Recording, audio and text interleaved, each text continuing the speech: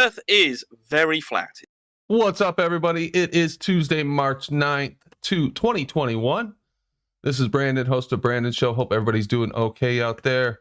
Give me a thumbs up if the audio is coming through okay. It should be. What do we got going on today? We are going to talk a little bit about the airplane flight proof, number 15 from Eric DeBay's 100 proofs for a little bit. I'm going to go over a couple different viewpoints on that, and I'll share my personal viewpoint. It's kind of a tricky one, and it's been talked about quite a bit over the last day or so, but it is a little tricky. We're going to look at that, and I'll show you a couple of different views on it. We'll try to figure out which way is the right way to present it, if it's truly Eric's and others, or if it's some other way. We can decide together. But what else we got going on? We got a few people in Discord, and we got a whole bunch of people in chat. Say hello. I see some thumbs up. Thanks, guys. Flat for Life, Dan Morris, Ian Adams, Bill G, SE Montreal, Just for Girls. What's up?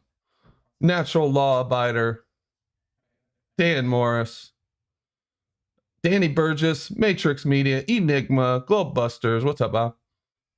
The Plain Truth, page 42. What's going on, everybody? Bill G was first. Shout out, Bill G. Hope everybody's doing good tonight. I'm doing pretty dang good. Still nice and warm up here, 60 degrees. Swinging in the right direction for sure. Let's see here. Let me give you the Streamlabs link here, and I'll pin that to the top if you want to use the Streamlabs link. That cuts Google out of the middle, which doesn't hurt my feelings at all. And any support of the show is appreciated, as always. If you want to join in Discord, there's a link in the description for each video. Click on the link. If it doesn't work for you, hit me up in chat, and I'll hook you up with a fresh link. I don't know if those things expire or not. They're not supposed to, but we've had some issues with those in the past. And let's see, what else? I did not demod everybody, as I said I was going to yesterday, but I am checking to see if anybody's getting banned on a daily basis. Please don't ban anybody outside of the live stream or for no reason. I would appreciate it. For the most part, the mods do a very good job, and I feel bad even saying anything. And I appreciate the work you do to keep the chat clean, so thank you very much. All right, let's go into Discord and get things started. Looks like there's some talking going on in there, or a whole bunch of mic issues. Made out like a bandit. What's up, Quote guys? of the day. There are good things on the horizon. Which horizon? The geometric one, or Whichever one you like. What's going on? What up? What's going on, boss? What's up? We got Travis in the house. No horn anymore, Travis. I know, right? I was just thinking that. I'm like, ma ma. Yeah, that's You pretty get a close. little sound effect. Not too bad. Yeah, you need a soundboard or something. Yeah. I'll See if I work can on that. dig one up. Jimbo. There What's you up, go. Jimbo? Hanging around horizontally. Good. Hey, I got a joke. I made this joke up. You ready? Sure. How do you know when a girl is on the level? How? When she does the horizontal bop. That Oh, was kind of good, but kind of terrible. I better keep Get it? working on it. I don't. Come on, that's a dad joke. That's a total dad joke. I don't know. Come on. I like it. Jeremy, what's going on, man? Get up. Nothing much. Cleaning some toilets. Yeah, working tonight. Yeah. Cool. You work always after school ends, or what? Yeah, I'm always at work when I talk to you guys. If I'm ever home, that's when I can't talk to you guys. Because then I'm with my family and shit. Oh, your family doesn't want you to talk flat earth shit. They don't want to hear me. They don't want to hear me screaming at you guys. Yeah, I don't blame them. Anyway, so what's new, guys? Anything interesting happened since last night? Last 24 hours? Absolutely. What? I checked into this airplane math, and it all checks out. 2,000 feet a minute. Yeah, we're gonna talk about that because I want to All right. there's some subtleties to that. The math is right, though. I agree with you. The math is right. Yeah. Bob's math is right. The math checks out. But the only question I have is that the right way to answer the question? So what was the question? Well, here's how it's presented. Let me bring it up. We might as well start talking about it. It is what is it? Eric Dubay, number 15, right? 100 proofs, 15. Yeah, let me bring it up and we'll read it together. Oops, that's a video. Here it is. Ah, shit, this is a debunking website. Oh, I hate this website too. Oh, well, it's got it listed out. And we can see what they say. Shitty website, WS. It skips all over the place. I'll share it in a minute, guys. It's the same thing we looked at last night, but it just has the wording from Eric. And there we go. Okay. Let me share my screen. Sorry about that. Should have had this set up before. And we'll look at it. Okay, can you guys see it now? I can't. Oh, I'll just read it. I'm just asking. Yeah, read it out. Yeah. If the Earth were truly a sphere 25,000 miles in circumference, airplane pilots would have to constantly correct their altitude downward so as to not fly straight off into outer space. I agree with that part. 100% agree with that part. Correct. So far. Yeah. Okay. Does anybody have any disagreement with that part at all? Probably every glober, but fuck them. Yeah, but I mean, just even on a globe, let's say even if I'm a glober, okay? And on their ball, if I fly straight, like normal people straight, not I believe in the globe straight curve, normal people straight, where it's a straight line that doesn't move in either direction, from point A to point B. Curve, yeah. Yeah, no curve. It doesn't curve. This is hard concept to get across to some people, but in that case, if you were on a ball and you flew straight in a straight line, you would fly off into space. Yes. Right? Now, we can come up with all these excuses as to why the plane doesn't do that, but for that first part, just that first part, I agree. I think that is geometrically correct for their model. Yep. All right. This is the second part. A pilot wishing to simply maintain their altitude at a typical cruising speed of 500 miles per hour would have to constantly dip their nose downwards and descend 2,777 feet over half a mile every minute. Okay, so that is the part that is in contention, I think. And that is the part where I think it gets a little tricky and there's some subtlety there that can be argued about. Now, mathematically, I agree. And I've got a spreadsheet on here that kind of calculates it out. And I went through it with somebody yesterday and they showed it to me. And the math is 100% correct. Okay. This is the math for that. What was it? 500 miles an hour, right? So here's time traveled in minutes. So I go an hour. The wording was a little weird about every half mile or something that was in there. That was a little bit weird of wording, but I mean, go ahead, my bad. No, that's fine. That's fine. I think this gives it in different. Let's see how many time traveled in minutes. 60 minutes, so that's an hour. If I'm going 500 miles, 500 hours, I should go 500 miles. Is there another tab to this spreadsheet? Shit. I didn't know if you could change it, but this is good enough. We can figure it out with this. So this one has the plane traveling 518 miles. Curvature Z-axis feet 179,000. In miles, 34 miles. And the average feet per minute, 2990. This is close enough. We can calculate the exact numbers if we want to for 500 miles an hour, but I think we did it last night. This is fine. So It's over 2,000. yeah, it's what Eric says is the answer. And you don't see that exact number on here because this is using a different miles per hour, I think, but it's the exact number that he mentioned, right? 2,777 feet. It's the same one that QE uses. He uses the same way to calculate it, and he presents it in his video that was linked. Actually, Bob linked that last night. And so that math is correct. The only thing that I question is you can pick any distance you want. So if I say, okay, so if I say I'm going 30 miles, half an hour.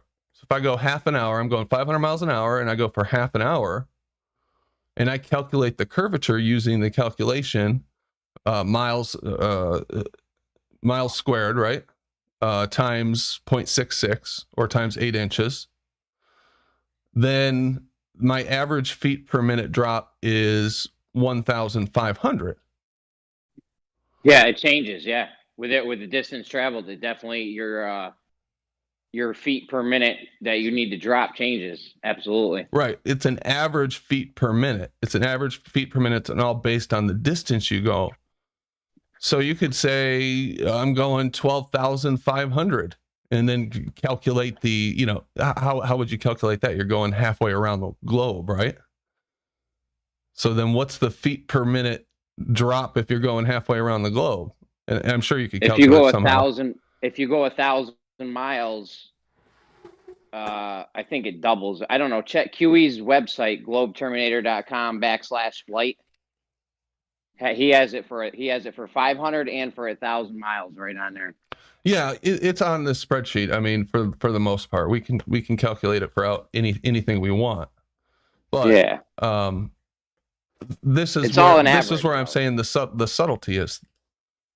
So am I doing something different to correct for the curvature if I'm only going for 30 minutes at 500 miles an hour than I'm doing for if I go an hour at 500 miles an hour? Because the feet per minute is about half, right? I only have to correct for about half the feet per minute if I'm only going for half an hour. If I'm only going however many miles that is, 250 miles.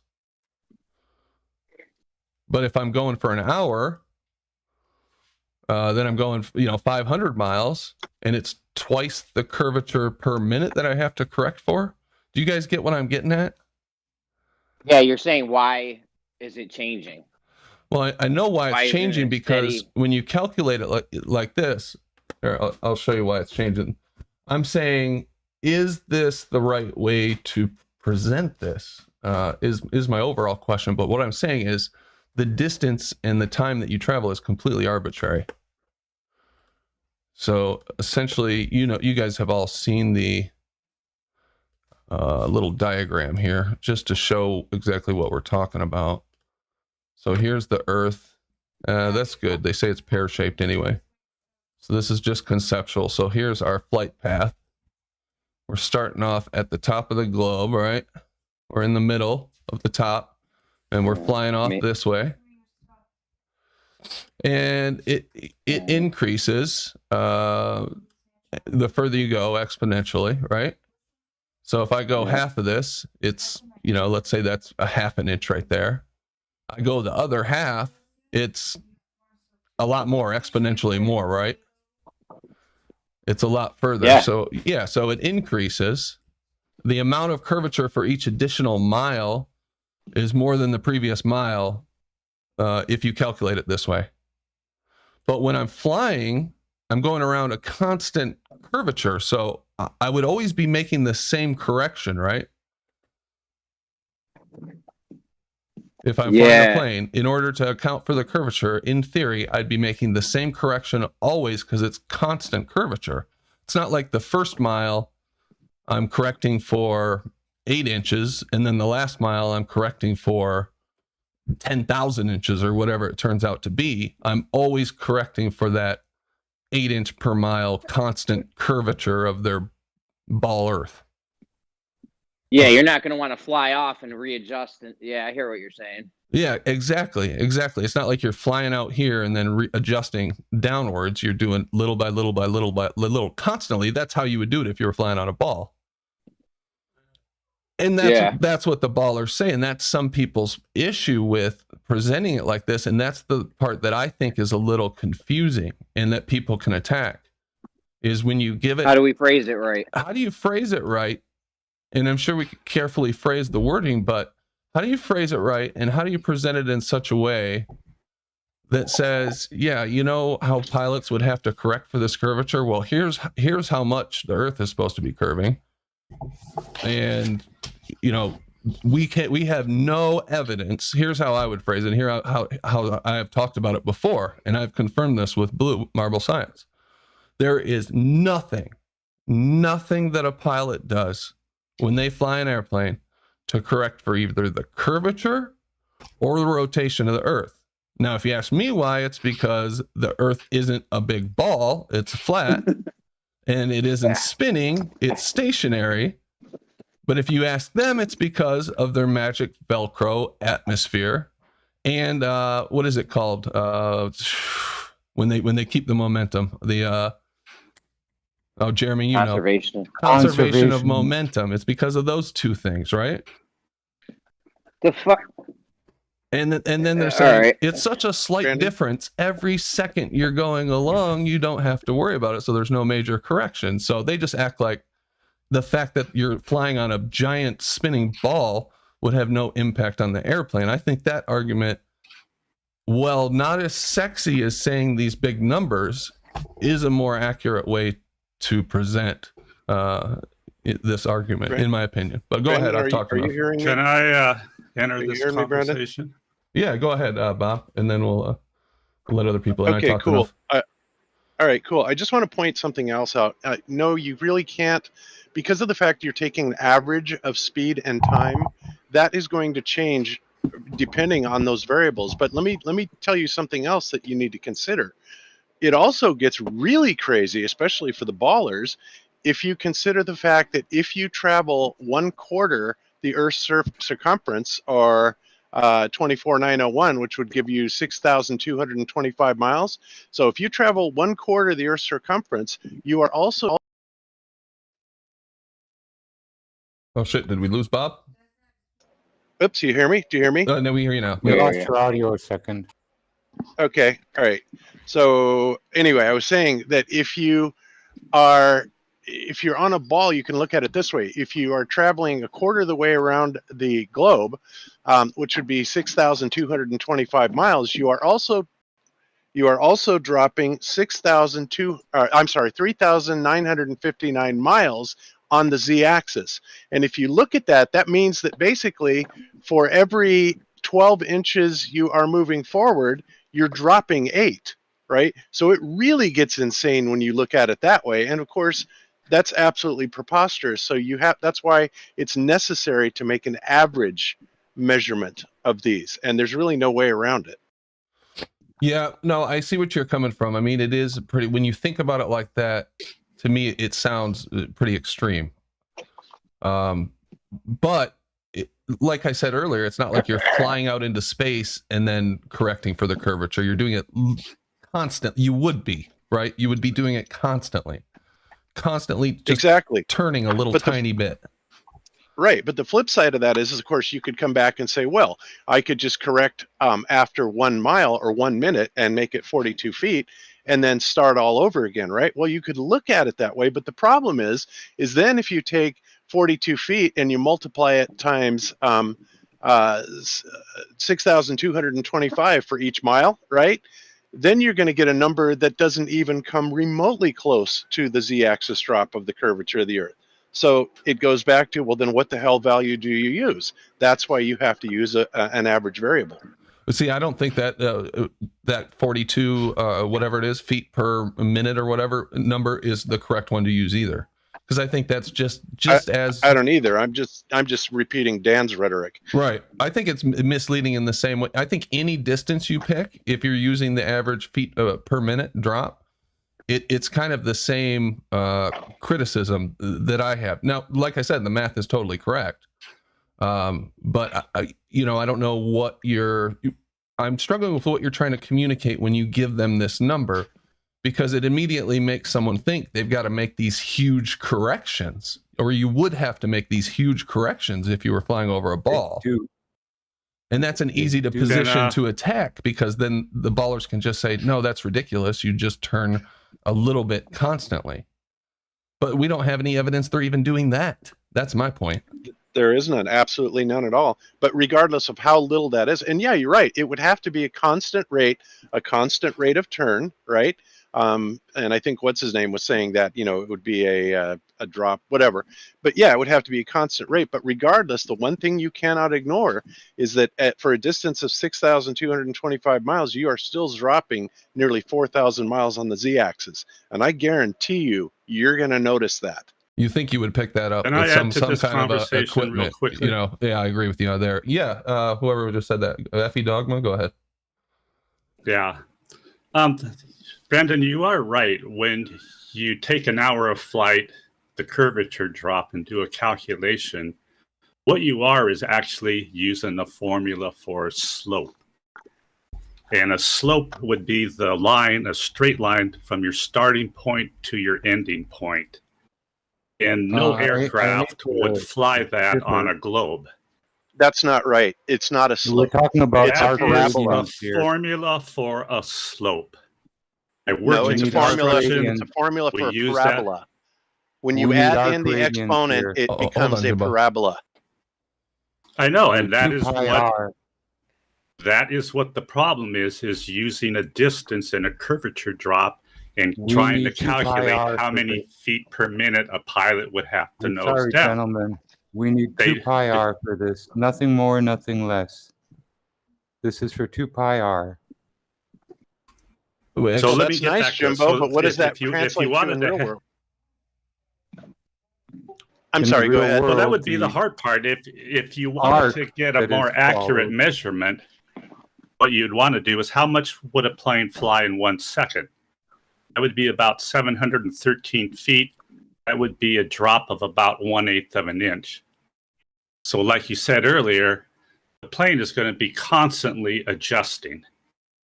Now, 1/8 of an inch in 1 second isn't much at all, considering that if you're in a jet with air turbulence, that jet is probably moving up and down more than 1/8 of an inch per second.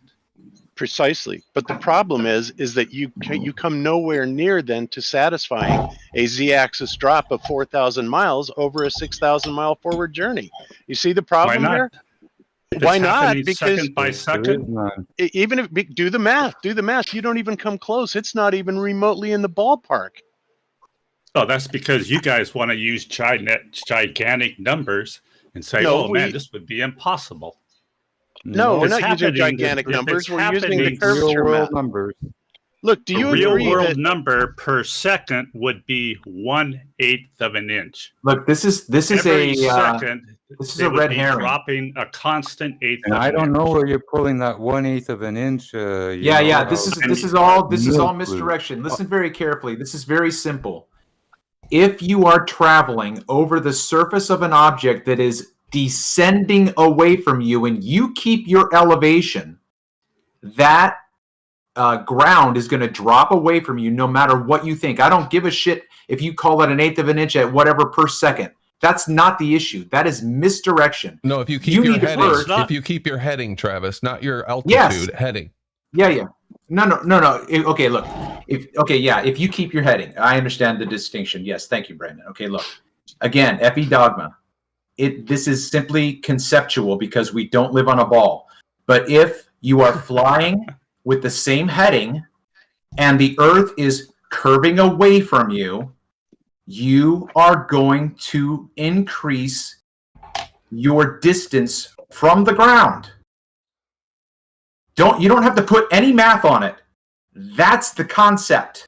Well, I don't think Effie Dogma is arguing with that. Effie Dogma, do you agree that obviously you would fly out into space if you flew in a straight line and didn't make any adjustments if you were flying over a ball, correct? In an aircraft? No. If you Because flew that in would the be same, the aircraft. He is pointless. Stop. Would be Stop. flying. We have to get a base agreement on this. If you flew in a straight line, you would fly off into space, correct? If you flew in a straight line, yes, but you would Okay. have to increase your power, adjust your trim in order No, to no, no, do blah, that. blah, Okay, blah. that's a No, whole you different don't. story. That's a whole No, different you story. don't. Hold on. Here's the point I wanted to get not at. have to do that.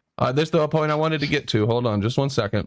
Your 1/8 of an inch after 1 second, I have the same exact criticism for you using that number as I do for using the bigger number. The same criticism can be leveled against you that you're leveling against Bob and others. And your criticism is? You're using an arbitrary distance and an arbitrary time and presenting the number that best supports your case. Well, is So his are number you. constant?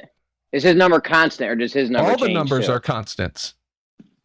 Yes, Yeah, but can do you you No, not I'm saying see- our numbers change. Hold on, the big numbers change with distance. If you go 500 miles or 1,000 miles, the feet per minute you got to drop changes. He's using Is like that 1/8 of instead an of inch? listen to me. He's If instead you've of got half a- an hour or an hour, he's using a second. Jeremy, that's the only difference. He's calculating it the But same let me- way. let He's me- using a second. Brendan, I've just done the maths. If you fly for 12 hours, which is that 6,000 mile distance that Bob was talking about, 12 hours, 60 minutes, 60 seconds times an 1/8 of an inch, that's only a 450 foot drop after 12 hours. Yeah, at because you an haven't 1/8 of an accounted inch for a the fact that it's second. cumulative. You haven't done the maths Oh, properly. boy.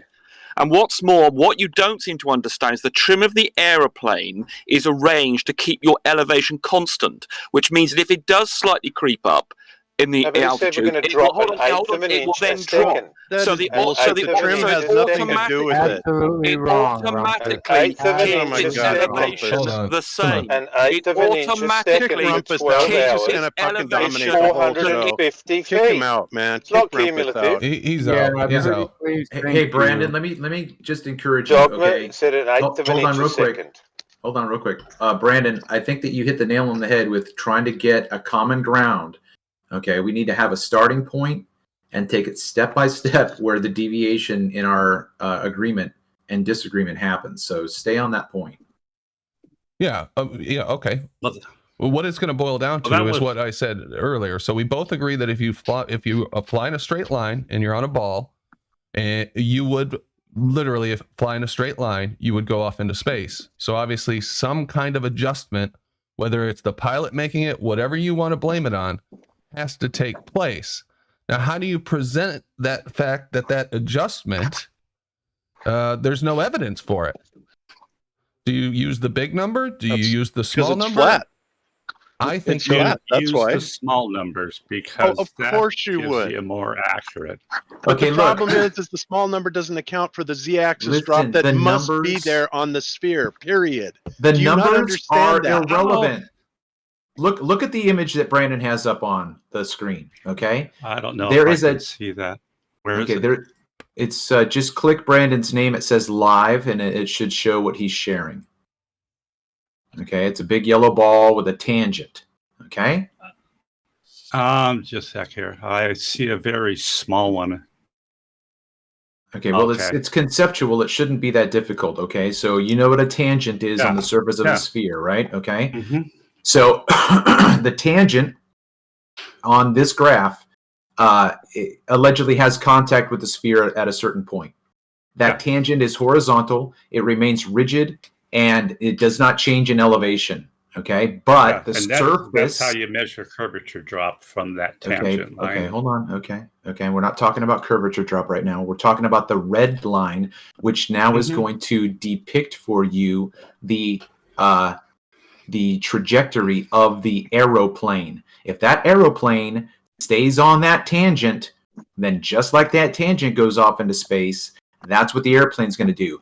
I don't give a shit what you do with your numbers. That's the concept. We already all agreed But you're on that. saying if.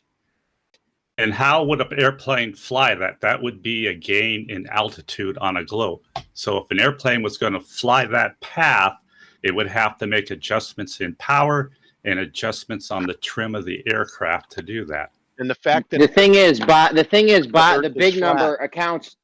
The thing is, the big number accounts for the drop on the z-axis, and the they're saying that your seconds drop per second isn't accounting for all the z-axis drop. That's exactly the right. Per second does. It's just adding does up not. per second. It does per not. Second. What do you mean it doesn't? It's What a the hell? curvature calculation, just like you did. Can you not add simple math? It doesn't even come close. Add it up. Close to what? My God, you are freaking inept.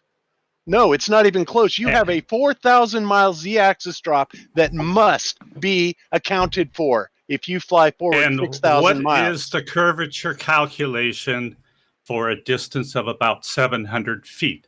Doesn't matter. This is misdirection. So you that's progressively... misdirection.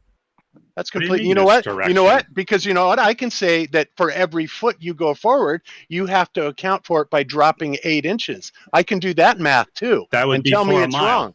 That would be for a mile. That would be for 1 foot, dude. If I fly forward 1 foot, that means that I have to drop 8 inches because it's the same. The ratio of 6225 to 3959.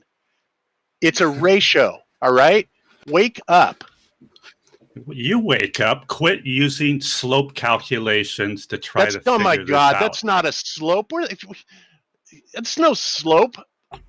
You know, we're getting slope blamed for the formula would be a distance people. and You guys a drop. are bitching about The it. discussion about the math and distance is irrelevant. It's irrelevant. It doesn't matter what the size of this sphere is. We can make it any size. The principle is the issue. There is a tangent that shoots off the surface of this sphere and remains elevated above the drop. That's all you need to get. That is irrelevant to the flight of an aircraft. Let me say one thing real quick. That's because it's over a flat stationary plane. That's why it's irrelevant. That's exactly right, because it's flat. That solves the problem. When Soundly looks at his observations, okay, let's say he's looking through a theodolite, and it drops down 1,600 feet.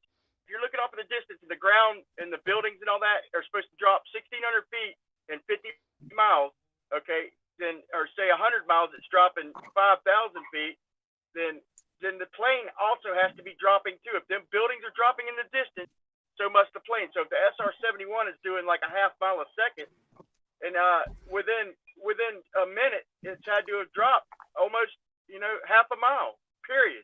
Let me ask you a question, Effie Dogma. Let me ask you a question. Do you have any evidence that an airplane makes any of these adjustments required to follow the curvature of the Earth as you are saying they do? Well, I'm not a pilot, and I know an aircraft makes a lot of adjustments to stay on course constantly. I am a pilot, and the answer is no. Because I've been asking for evidence. I've asked Blue Marble Science. I've asked Bob the Science Guy. No one can give me. The plane doesn't care. Yeah, you have gravity. That's your co-pilot. That's gravity. what's doing it for you. The plane doesn't care. It's automatic. It just happens. It's minuscule. It's so minor, the fact that we're flying over a giant spinning ball, right? Here's the thing about it. On a spherical Earth, you have a spherical gravitational potential. You've got a spherical density gradient in the atmosphere. La la land, You fly the plane to altitude. Listen, all we need to do, guys, all we need to do is stop talking shit. Travis, hold on, man. You gotta let him finish. He's talking shit, man. Let him finish. Come on. He thinks we're talking shit. Brandon. Let him finish. You get the plane to altitude, you trim the prop, you trim the attitude, and you let the plane fly, and it doesn't care that the ground is curved. That's because it's not. It's not, yeah. That is the simplest answer, isn't it, Howard? Absolutely. It's not. It absolutely is curved. So airplanes, the pilots don't have to make any adjustments. We have no evidence that planes or pilots are making any adjustment for the curvature or the rotation. Yet we should come to the conclusion that airplane flight somehow supports the fact that we're on a giant spinning ball. Well, no, y'all are trying to say that airplane. You're trying to say airplane flight proves flat Earth. That's because all the data tells us that. How are they accounting for the drop on the z-axis? But a plane flying, it just all it. Hold on, Brandon. Can you show these boys, especially Flat Earth Dogma Flat Earth Dogma just asked you what data shows this. So just show them these flight manuals. Oh, the ones that Just say quickly, flat Bob. So metal if you're a pilot, my answer would be in all of your pilot training, the complete lack of evidence that there are any adjustments made for curvature or rotation. That's what it's more the lack of data, the lack of evidence.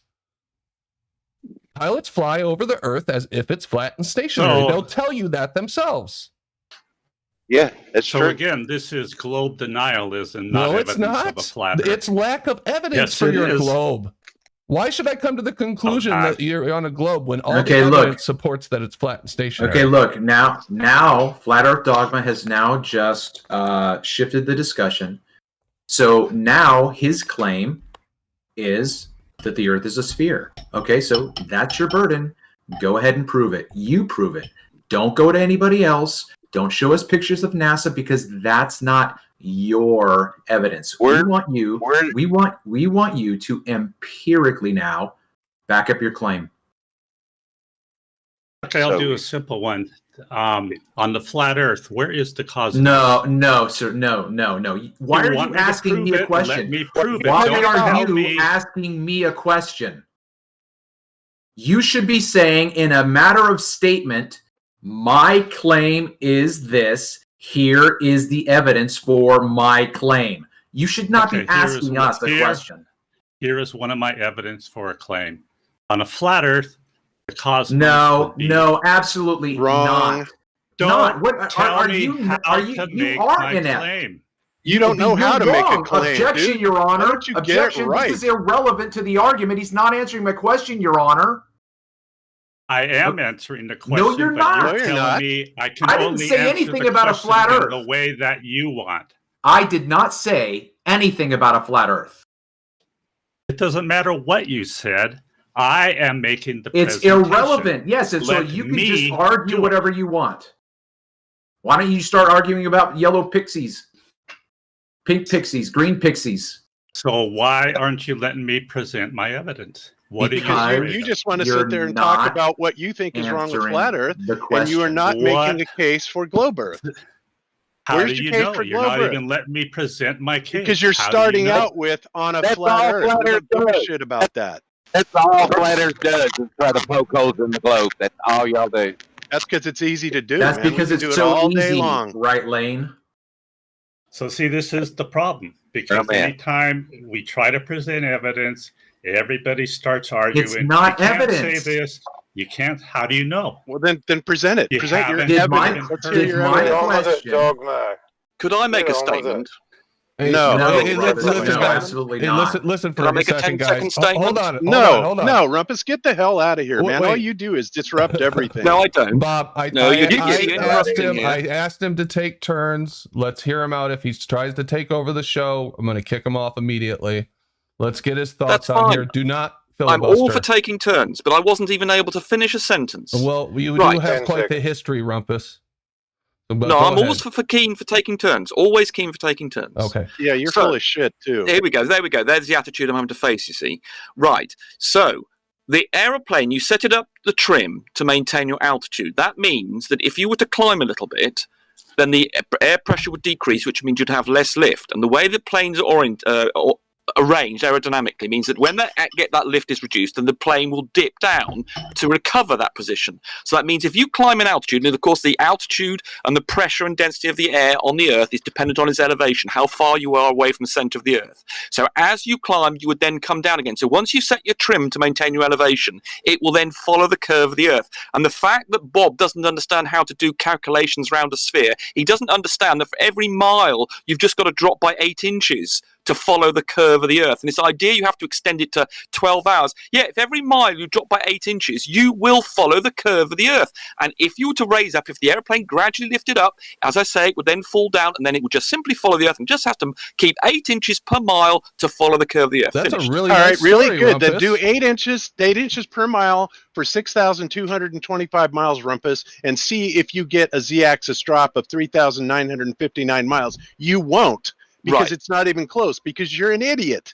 Here we go. I'll explain. And rumpus. Yeah, And- that's and it. if No, you I don't think want that- you to explain. I want you to I'm gonna get the explain hell you, out I'm of gonna here. show All you you don't do is understand- interrupt shit. No, I'm going to Just get explain. out, you man. think Just that get air out. pressure, I've got a Just get you out. think air pressure is Get out, constant Bob. all the Right, way around Rumpus, the yeah, Earth? You're an idiot. Rumpus, let other people talk. Go ahead, Okay, FE but I've got If Evangelist. you think response. air pressure at a certain altitude is consistent the entire way between Perth and London, you're an idiot. Right. Can But I you make don't my think there's response, pressure please? changes in the air at a certain altitude all that distance?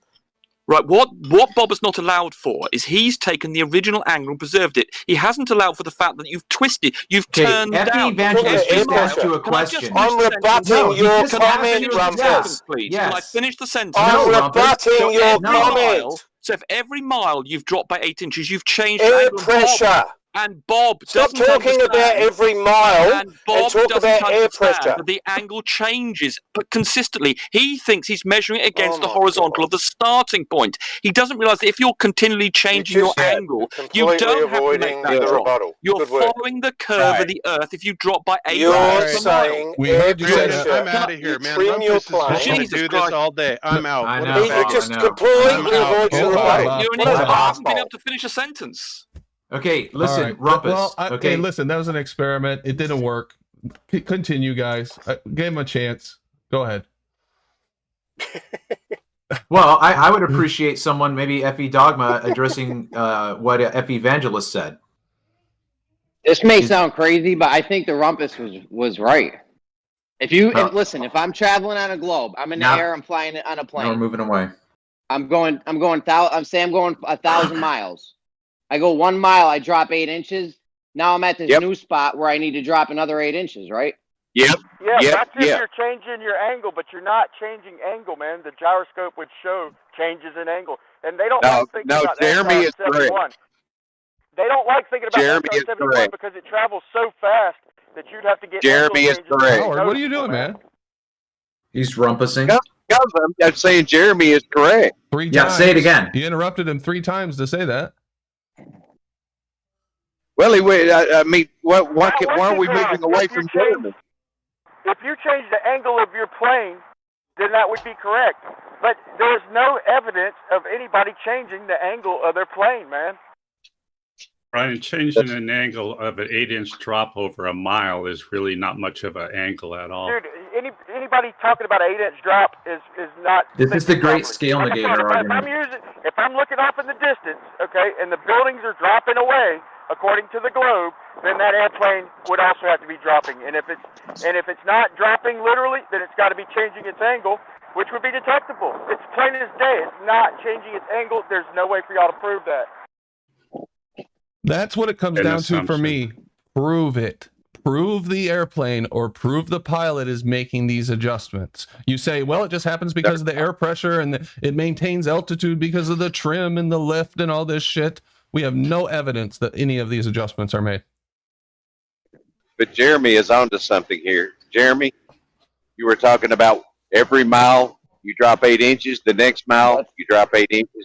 That's correct. I mean, that's what the Rumpus said, and that it kind of makes sense. Like, if we were driving in a car, or just keep it in the airplane, you go a mile, you need to drop 8 inches, right? And then you're at the same spot you were before in altitude. No? Correct. Correct. Yeah, not you. I want to make sure the other flat earthers are going to give a fuck with the globe. No, we all understand that, dude. But look, that's assuming that you're changing angle, man. I mean, I see exactly what you're saying. Yeah, if you're going, but that you have to assume then that you're changing angle to get away with that 1/8 inch a mile. Then you're changing angle, constantly changing angle.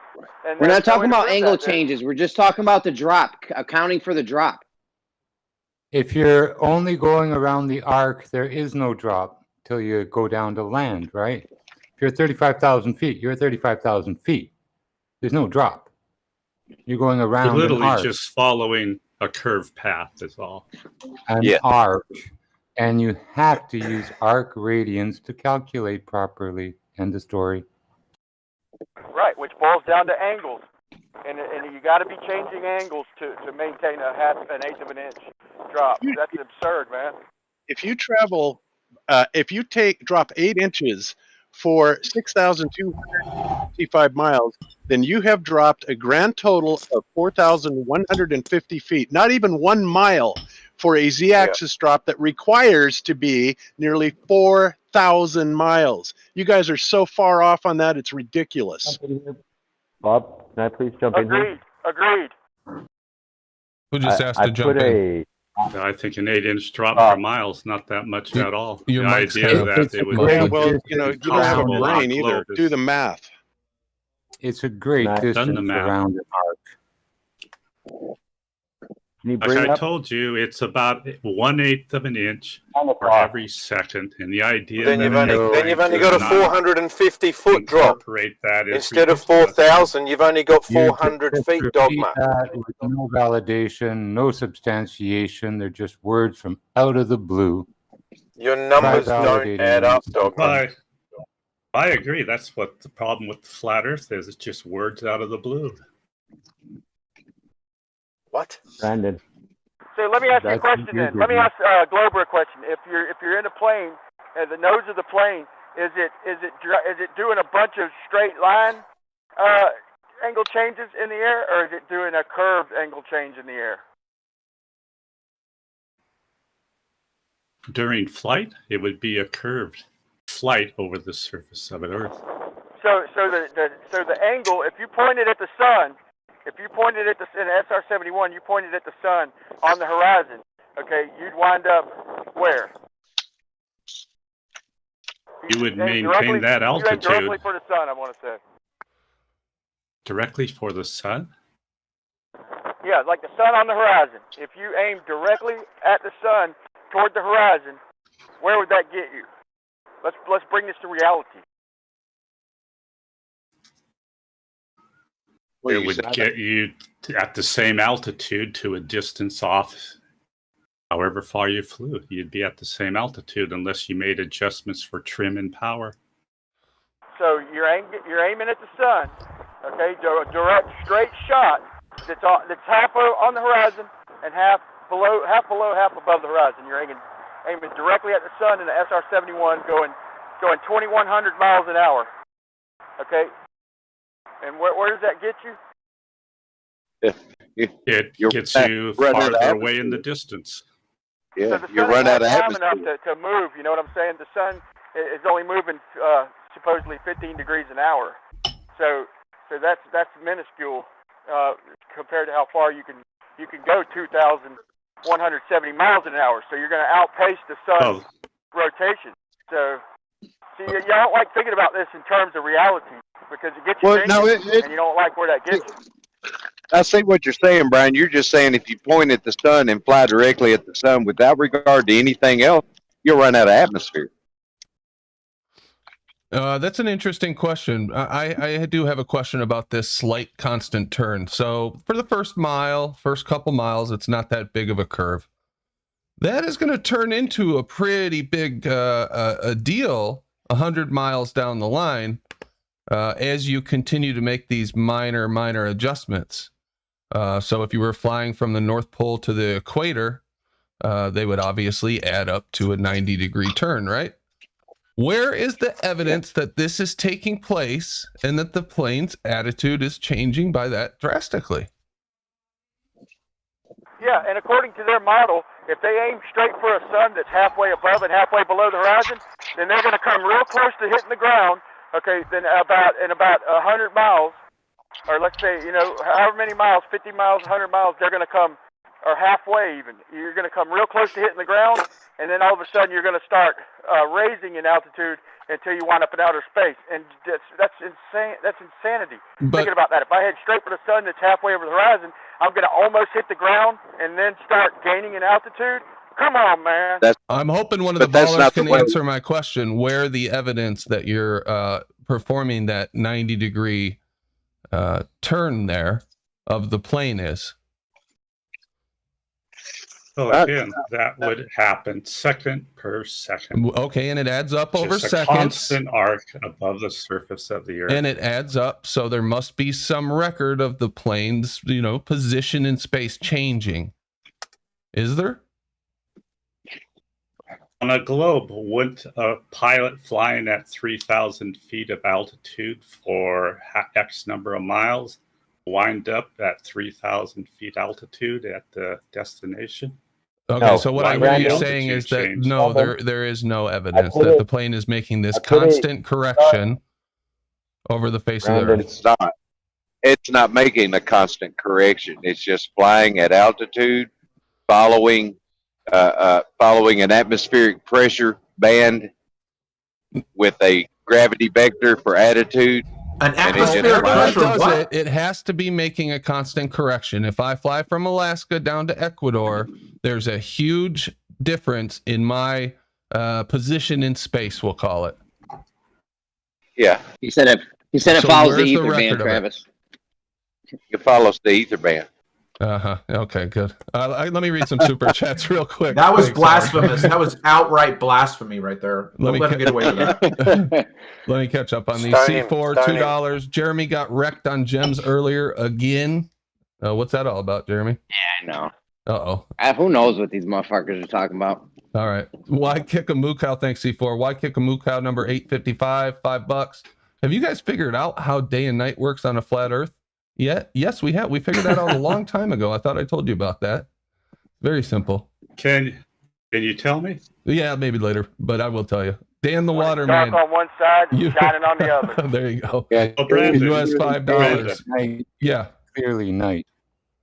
Brandon, can I share a screen of Yeah, a let me- sunset? Let me get and through these and then you can. Have you explained this, how this works on a flat Earth? I can give it a try, Well, let me although, say my point real I quick don't know that I before have we change the scientific subject. evidence to, but I can give it a try. Dan the Waterman, $5. Keeps timing me out. Yes, Bob, you were weak. B-ball for life, US $5. Hey, Bob, when are you going to see your gyroscope data? Thanks, guys. You'll never see it. He'll never. I will make it available to flat earthers, though. Please, Bob, please. And then just so everybody knows, he did give the degrees, of what happened in altitude. If you want to see the exact data, but he said the result already. Up high in elevation, we got a 1 degree difference. Okay, consistent. But before we change the subject, let me say what would really happen in reality.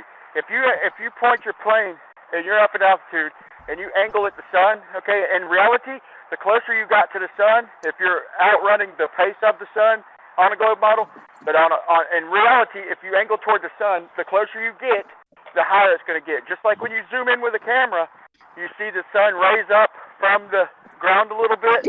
You see it raise up in the viewfinder. That's the same thing that would happen. You'd have to start raising up to account for perspective. That's what happens in reality. It's provable. If you fly toward the sun, the closer you get, the higher it's going to appear. Period. Bam. I get what you're saying, but I don't know if in reality pilots, do they point at the sun? I'm not a pilot, so I don't know. But do they fly? But if No, you're flying toward the we sun, do not. We do not. Yeah. But if you're flying toward the sun, it gets higher, okay? Just like when you zoom in a camera, a sun that's just starting to touch the horizon, when you zoom in from a long distance, you see a bigger gap. It's just a perspective gap. Perspective, And, yeah. the closer you I get love to the that sun, gap. the higher it gets. I If love you're that. rising up in a balloon, if you're rising up in a balloon, the sun starts coming up with you.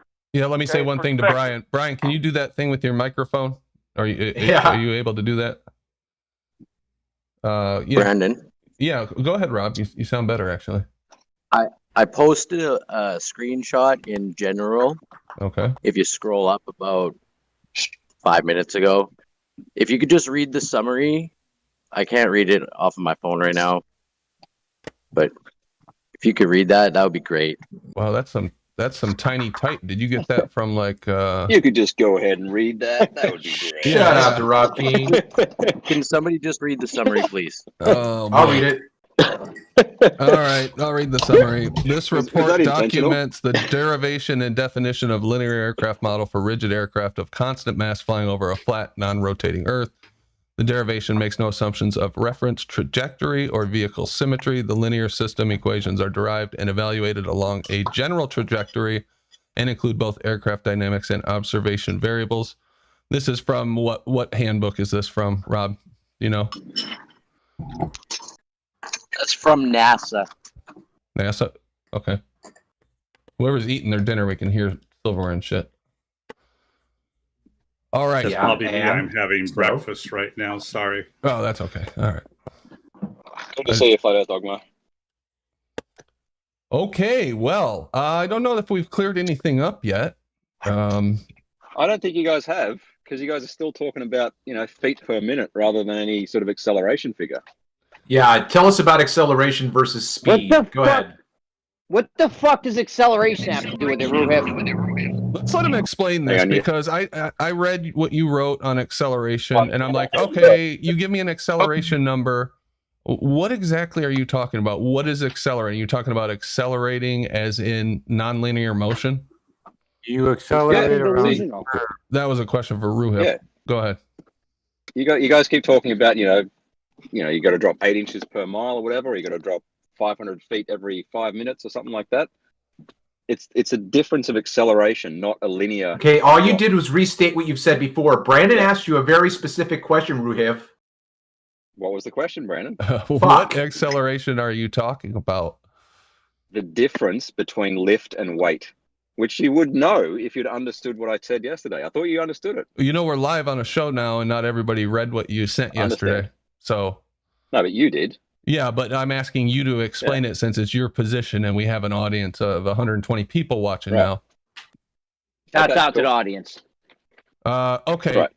So what good does it do me to what good does that do me to know that it's an acceleration of how much? Oh, it's tiny, like 0.0 something feet per minute or something, or feet per second. Whatever. Have you measured this acceleration or no? No, because all the pilot is doing is maintaining their altitude. So you have no evidence to support that this acceleration is taking place. There's no evidence for it on either side. Yeah, it's mathematics. That's It's your fucking this acceleration thing. This is great. This acceleration thing is your claim. What do you mean there's no evidence for either side? You mean your side, the person making a claim? He's put it on our side too. Yeah. My point is fuck that is talking wrong about with you, Ruhif? My point is that talking about this drop in terms of feet per minute or whatever is not the correct mathematical way to look at the question at all. Yeah, you've said that. Nonsensical. How much do we need to accelerate to drop? Sorry? How much do we need to accelerate to drop over the course of our travels here? I've done the maths, right? The maths is in my post that I posted 5 minutes ago in general. And tagged Bob. We want me to read out the number? 0.0162963 feet per second. What? How does going faster make you drop? What? How does going faster over miles? We need to have drop. How does going faster make you drop? That's what an acceleration is. It changes your speed. So it changes your linear drop speed, if that's what you want to call it. You know what an orbit is, So you right? can't accelerate any direction but down. Do you know what an orbit is, right? So the orbit balances your please, speed. Ruhif, answer. No, I'm so you explaining. can't accelerate any direction but down. I'm explaining. Okay? No, you're not. You're evading the question. I'm explaining an answer to your question, right? Yeah, so he asked you, how does that cause you to go? Last chance. I'm not here for long. I'm sitting in my car about to get out, all right? So, dude, no one cares if you're here for long or not. That's your problem, not ours. All right, bye-bye. Everyone can read my message in the chat. I posted it 5 minutes ago, tagged Hold Bob. on. See you later. Real quick, Ruhif. Go ahead, tell us how accelerating makes you drop. He's going to presuppose orbits. Is he gone? Yes, we read that your theoretical paper on how you think that a plane flies around a ball without leaving any evidence whatsoever that that's what's going on. I did read it. I get it. Yep. It's theoretically on your model. It makes sense. If I walk up to someone and tell them a plane has to accelerate blah, blah, blah, blah, blah, point whatever, per second in order to fly around a ball, it doesn't make any sense. The faster I shoot Brandon, a bullet, hang on. the faster I shoot a bullet, it's not going to have more. It's not going to have more drop. It's going to have less drop. I think he's talking about the nonlinear acceleration around it. Go ahead, Paige. Isn't the distance they're using from the ground? So how high do planes usually fly? Like 35,000 feet or something? How much more of an arc are you going to have at that elevation? Because you're only using the ground measurement, aren't you? It's not that much more though, Paige. It's a little more. You're right. It's more, but it's not that much. So, yeah, but it is more. It is more. It's always worse for them. Yeah. Yeah, it gets worse. Actually, at altitude, it would be a little bit less of an arc. The circle would be a bit bigger. But like Brandon says... Sorry, I missed the... Well, we should have Rumpus and this flat Earth guy and this glober in here, and Ruhiv battle it out to see which one of them's right. No, Effie Dogma was right. It would be less of an arc. Yeah, you're right. Thank you, Effie Dogma. Because the circle's bigger. Is it 8 inches per mile like Rumpus? Yeah, it's very minor. Go ahead, Jeremy. Is it 8 inches per mile like Rumpus said, or is it so many feet per second like this guy said, or is it acceleration like Ruhiv said? Who's right on the globe? It's all of them. It's all of them. That's what my point was when I opened the show. It's all of them. What is the right way to communicate this? And is it truly a flat earth proof? Because the way that they have their unfalsifiable ball defined, they don't need any evidence, and they can say it still works. That's what they're telling us. We don't have any evidence that this is what's happening, but it works on our model. They do the same thing with the water level, Brandon. Yep. The water, a water level is level, same altitude, but it's curved. When that we need them to prove means it's horizontal. Same elevation, level means horizontal. But they've just made it unfalsifiable. No, they didn't. If they need to prove that the plane is changing angles in pre-space, and the gyroscope won't do that, they need to check. Because if you drop an 8, it doesn't.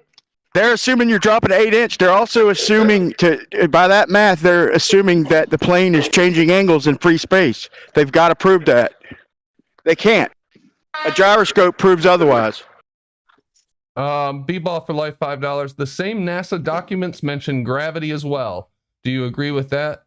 So in B-ball's world, you can't cite something without believing everything that person has ever written or authored. Yep.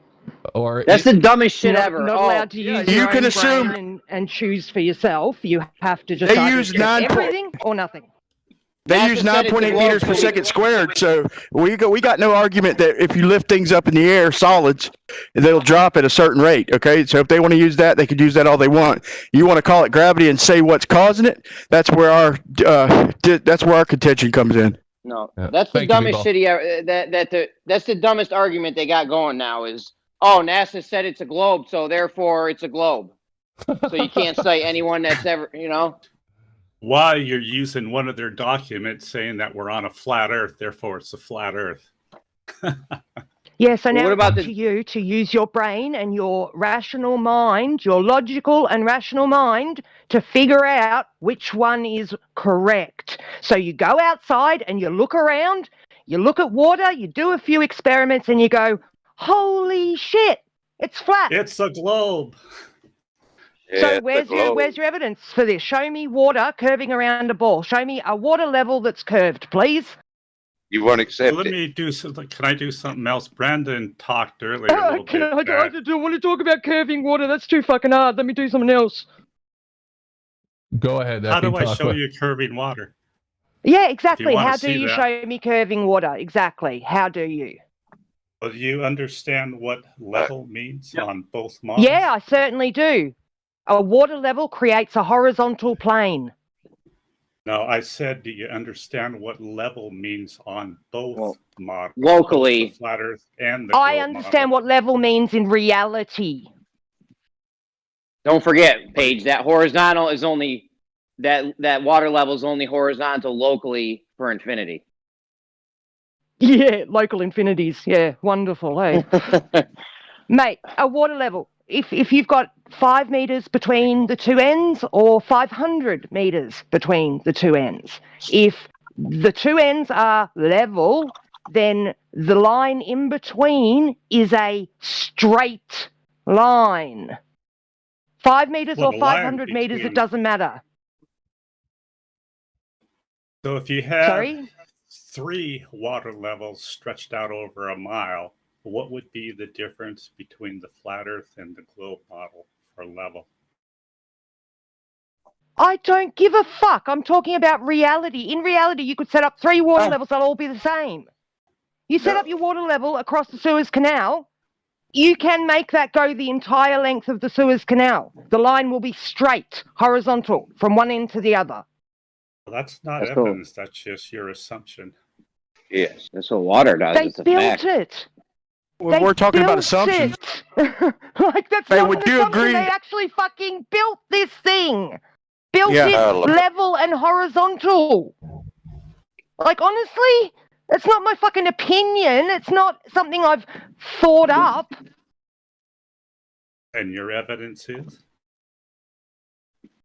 Oh my god. Effie Dogma, Dude, every building that is built it. constructed, Yeah, every it- time the I have evidence is ever that it hung exists something in on the wall, reality. every time I've ever used a spirit level, anything that I've ever built, I have used a level to construct a horizontal level line, right? Show me a level being used to Show me construct something somebody that was ta- curved on Yeah. the bottom. Exactly. Show me somebody taking curvature. I've been asking for months. Show me a Please, physical show me measurement a of level, curvature. show me a water level being used for your curving things like you say it is. If you say level is actually curved, okay, show me something that you've done in reality, practically, using that water level that has curved something on the bottom. Over short distances, there's not going to be a difference No! at all. We're talking Yeah. long distance. But we're supposed to assume Like the Suez Canal. that you're right. Well, that's what I'm contingent. trying- If the okay. Earth is a sphere, it literally has to start curving immediately. As in, Straight it doesn't away. matter how Yep. small the distance is, it has to start immediately if it's a curve. That's how spheres It work. does. It does. No, it But it- doesn't, because a but it- water but it level is the really same is. horizontal. Locally for infinity. Okay, It's can less I than ex- at 100 meters. Locally infinite.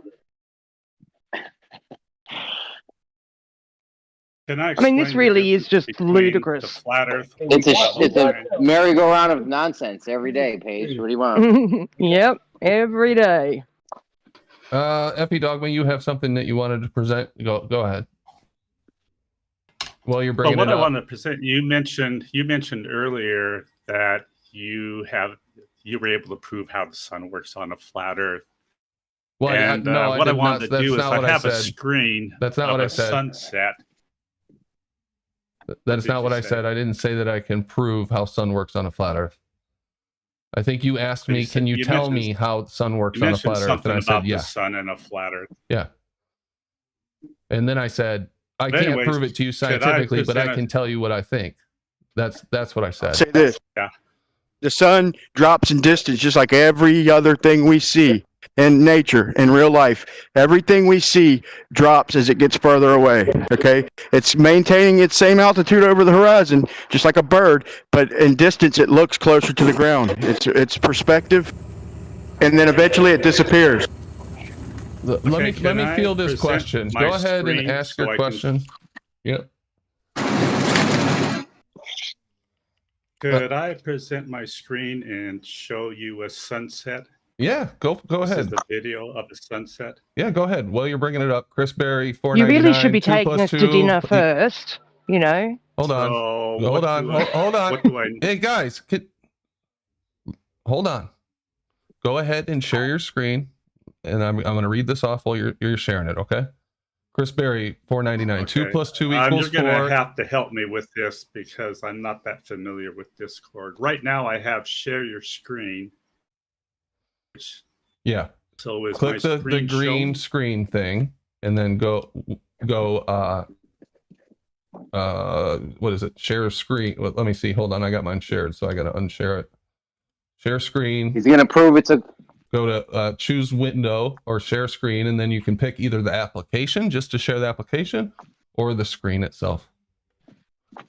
Yeah, I have a little box up that says share your screen on my screen, but I'm not seeing it on yours right now. Yeah, that's because I haven't clicked on it. Yeah, I don't see it either. Well, see if you can figure it out. Let me read this while you're trying to figure it out. Chris Berry, $4.99. 2 plus 2 equals 4, and B-Ball is an idiot. Same source, so both must be correct. Yeah, he's right.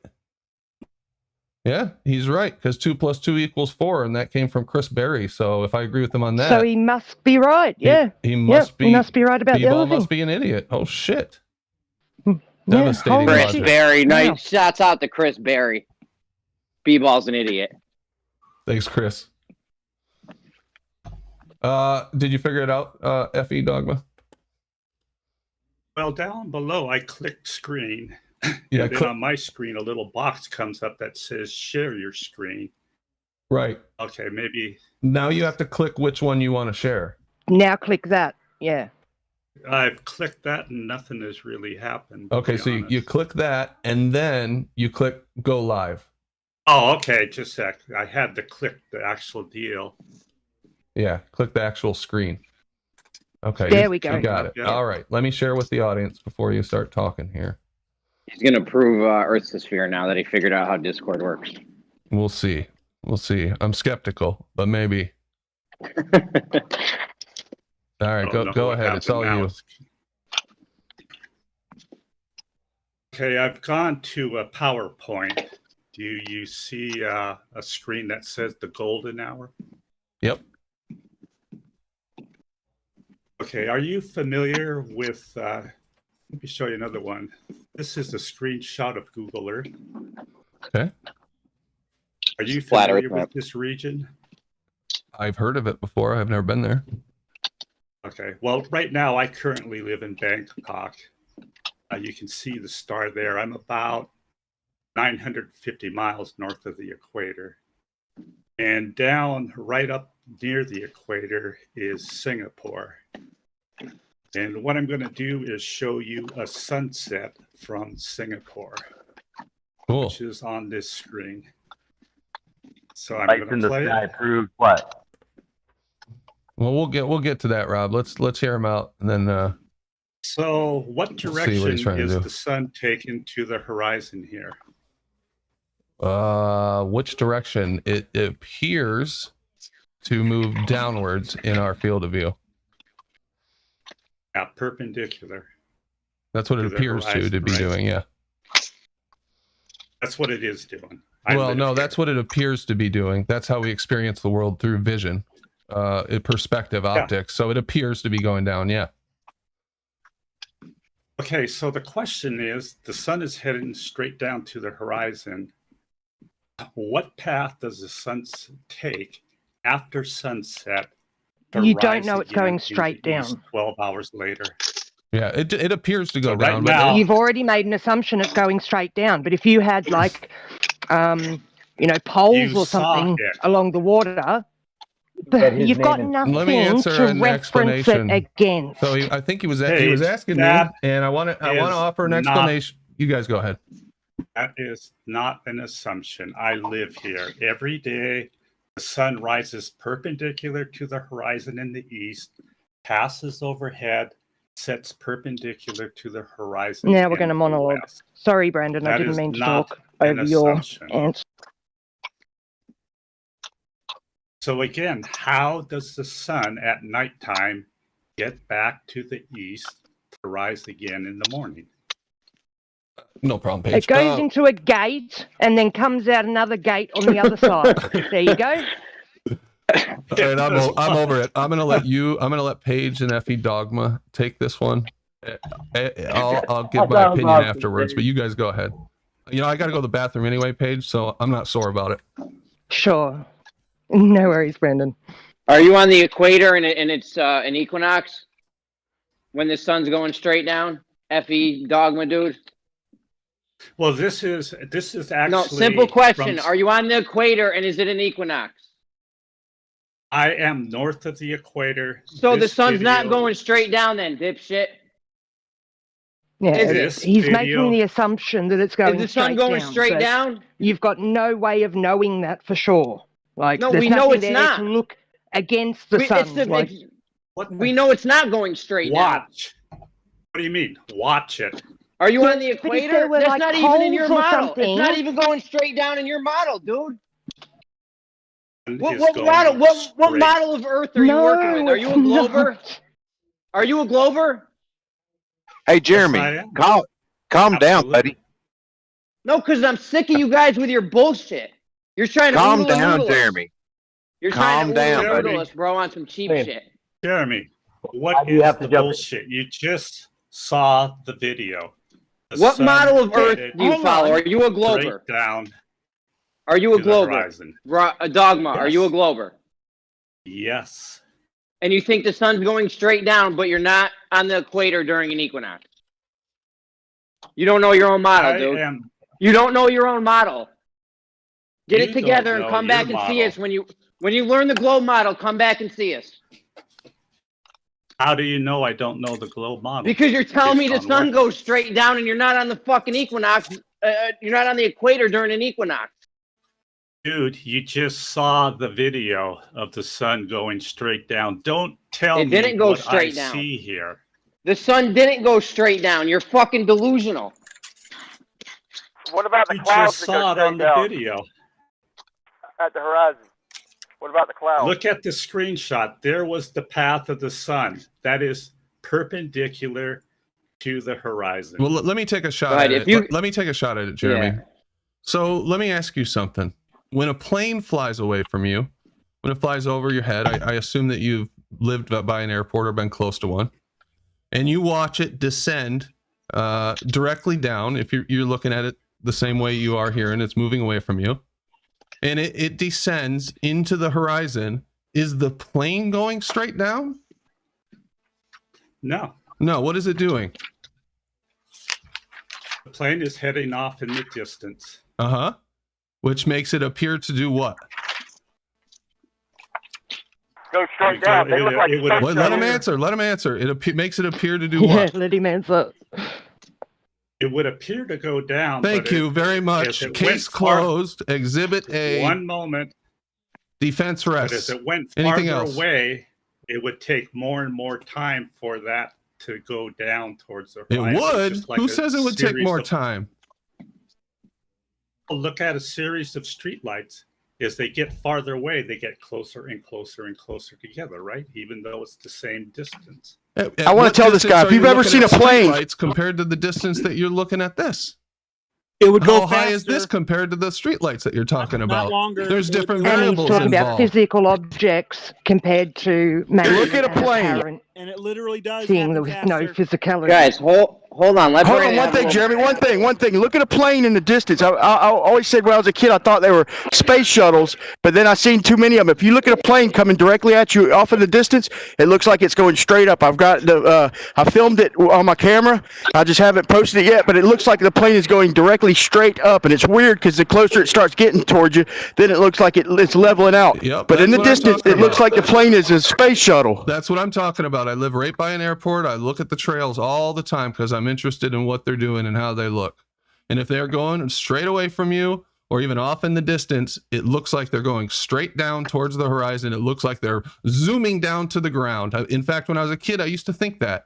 Just like you said, Brian, that they were if flying you see a down to the plane ground flying or they were overhead, shooting up it like a is missile. going off into So the there's distance. obviously something optical going on, especially when you have long distances or high altitudes or elevations involved, that makes things optically look like they descend into the ground. Isn't that correct? That is correct, but it still does not answer the question. It does. If the flat Earth sun would be in orbit parallel above the Earth, why would I see a sun? So now you're going to straw man our No, he's model. just retreading. He just Come agreed on, with man. me and then asked me why he would see what he sees. I don't understand what you're doing now. But he's saying on a flat Earth model, if it's going, if it's if it's parallel to the ground, going around in a circle. Well, we don't actually know that yet, do we? So Here's how your model would work. There would be the sun Oh. orbiting above the equator on the equinox. Here is the so sun now you've that decided I what our observe. model is. You live on a flat Earth, don't you? What else? No, is there? I live on a level plane.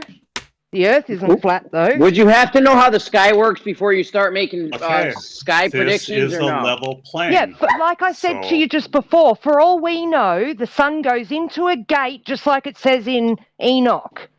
Goes into a gate on one side and comes out on the other. For all we know.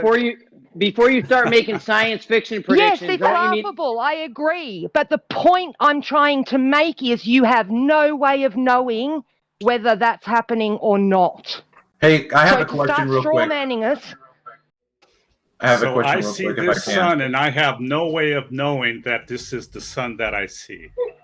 Well, 24-hour. Is that what I said, man? Wait a minute. Hold I on. don't That's know. an I interesting don't know what question. you're saying. Effie Dogma, because in How- your model, I said something in quite your model, clear. very often we're not seeing the sun, the real sun when we see the sun, are we? In your model. Oh yeah. Yeah, it sets, It's and you can always still in see it in your Yep, model. you're right, Isn't that Brandon. right? It's 8 minutes behind. Only to the horizon. Oh, only to the horizon, Well sure. But picked I'm up, just pointing Brandon. out that Well now picked you're up. holding us to a double standard. You're saying Can we're you, pointing out bring that us that a is the citation apparent for sun that, that you're Rumpus? looking at when your model Only at the includes an apparent sun. It's It going only at the behind the horizon where there's apparent refraction. Can It's you quite give us simple. a There's refraction No, always at no, ground Brandon.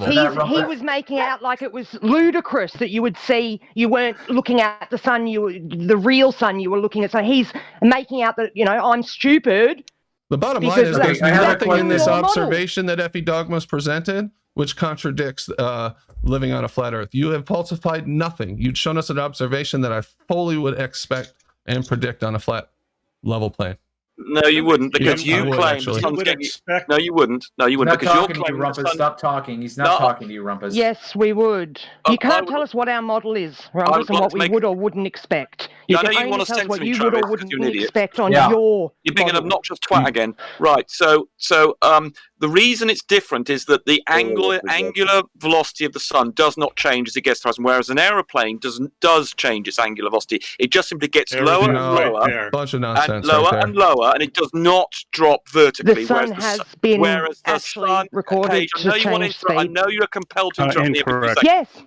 So, Incorrect, Paige. No, so whereas it's been, the sun, it has the been sun, no, tested. Paige, I'm in the middle of Wrong. answering, No, and I'm you not get wrong. a turn. No, Paige, you I'm get a not turn wrong. next. Paige, it's my No, turn, I'm and you not get a turn wrong. next. You are wrong. No, please. I'm not wrong. So here we go. So Someone's the gonna sun get muted. maintains I'm just its saying, if you guys angular keep talking velocity over each across other- the So sky. you don't know. An You're just going to say wrong, aeroplane even that's though you don't moving know. away from you does Right. not do that. So you know the sun's behaving in a So different basically way you don't to an know then? aeroplane. No. Or do you know? Yes. You don't understand the maths. Okay, again, can people You look don't at understand this our map? model. Why You the get to fuck pick is your he model. even You get to back? define your My model. God. I You don't get Yeah, to he define gets our to define model. his model, not ours. Or in your model, the sun, presumably, No. I don't know how you think No. sunsets work. Presumably you think Exactly. the So sun how is... are you going to tell us how it works when Well, you you don't tell me, even know? Paige, you tell me what happens I to the just sun and did. sunset. I just did. So, okay, well, I I missed just that did then. before. Okay, well, I missed that. Could you please tell me how you explain sunsets and the sun going beneath the horizon? It doesn't go beneath the horizon. Yes, it does. Yes, it does. No, You can it see doesn't. it. You can It see it stays doing the same it. altitude above the ground at all times. No, it doesn't. You can see it if you look at when it's cut What? when it's against the sea. Hang on, stop, You can. stop. Can I stop. finish my question? Stop, You can no, see half stop. the sun. No, you can see said half it the doesn't sun. remain You the can see same half the altitude sun. above You the can ground see at all. half the sun is above the How horizon, is and the the sun other half getting is closer? below Brendan, the horizon. can I please Therefore, hold his it's feet to gone the fire below without him the talking all over horizon. me? And what's more, if you does go below the horizon, you get up in a very high hotel, for instance, in a lift, and when you go up, you can see that it's gone up below the horizon, because when you got up higher, you can see it's gone below. Rumpus, Paige, it's still turn the to talk. same Shut- elevation above the ground. No, it's not, because it's Okay, cut in Paige. half by the horizon. Oh, holy shit. I mean, Mic you check, can, I mean, mic just check, Why what's the going fuck on? are we You you're mean- just talking denying your to you? own eyes, woman. You're It's denying apparent. your own does the eyes. Rumpus, sunset- it's not actually. Yes, it is actually.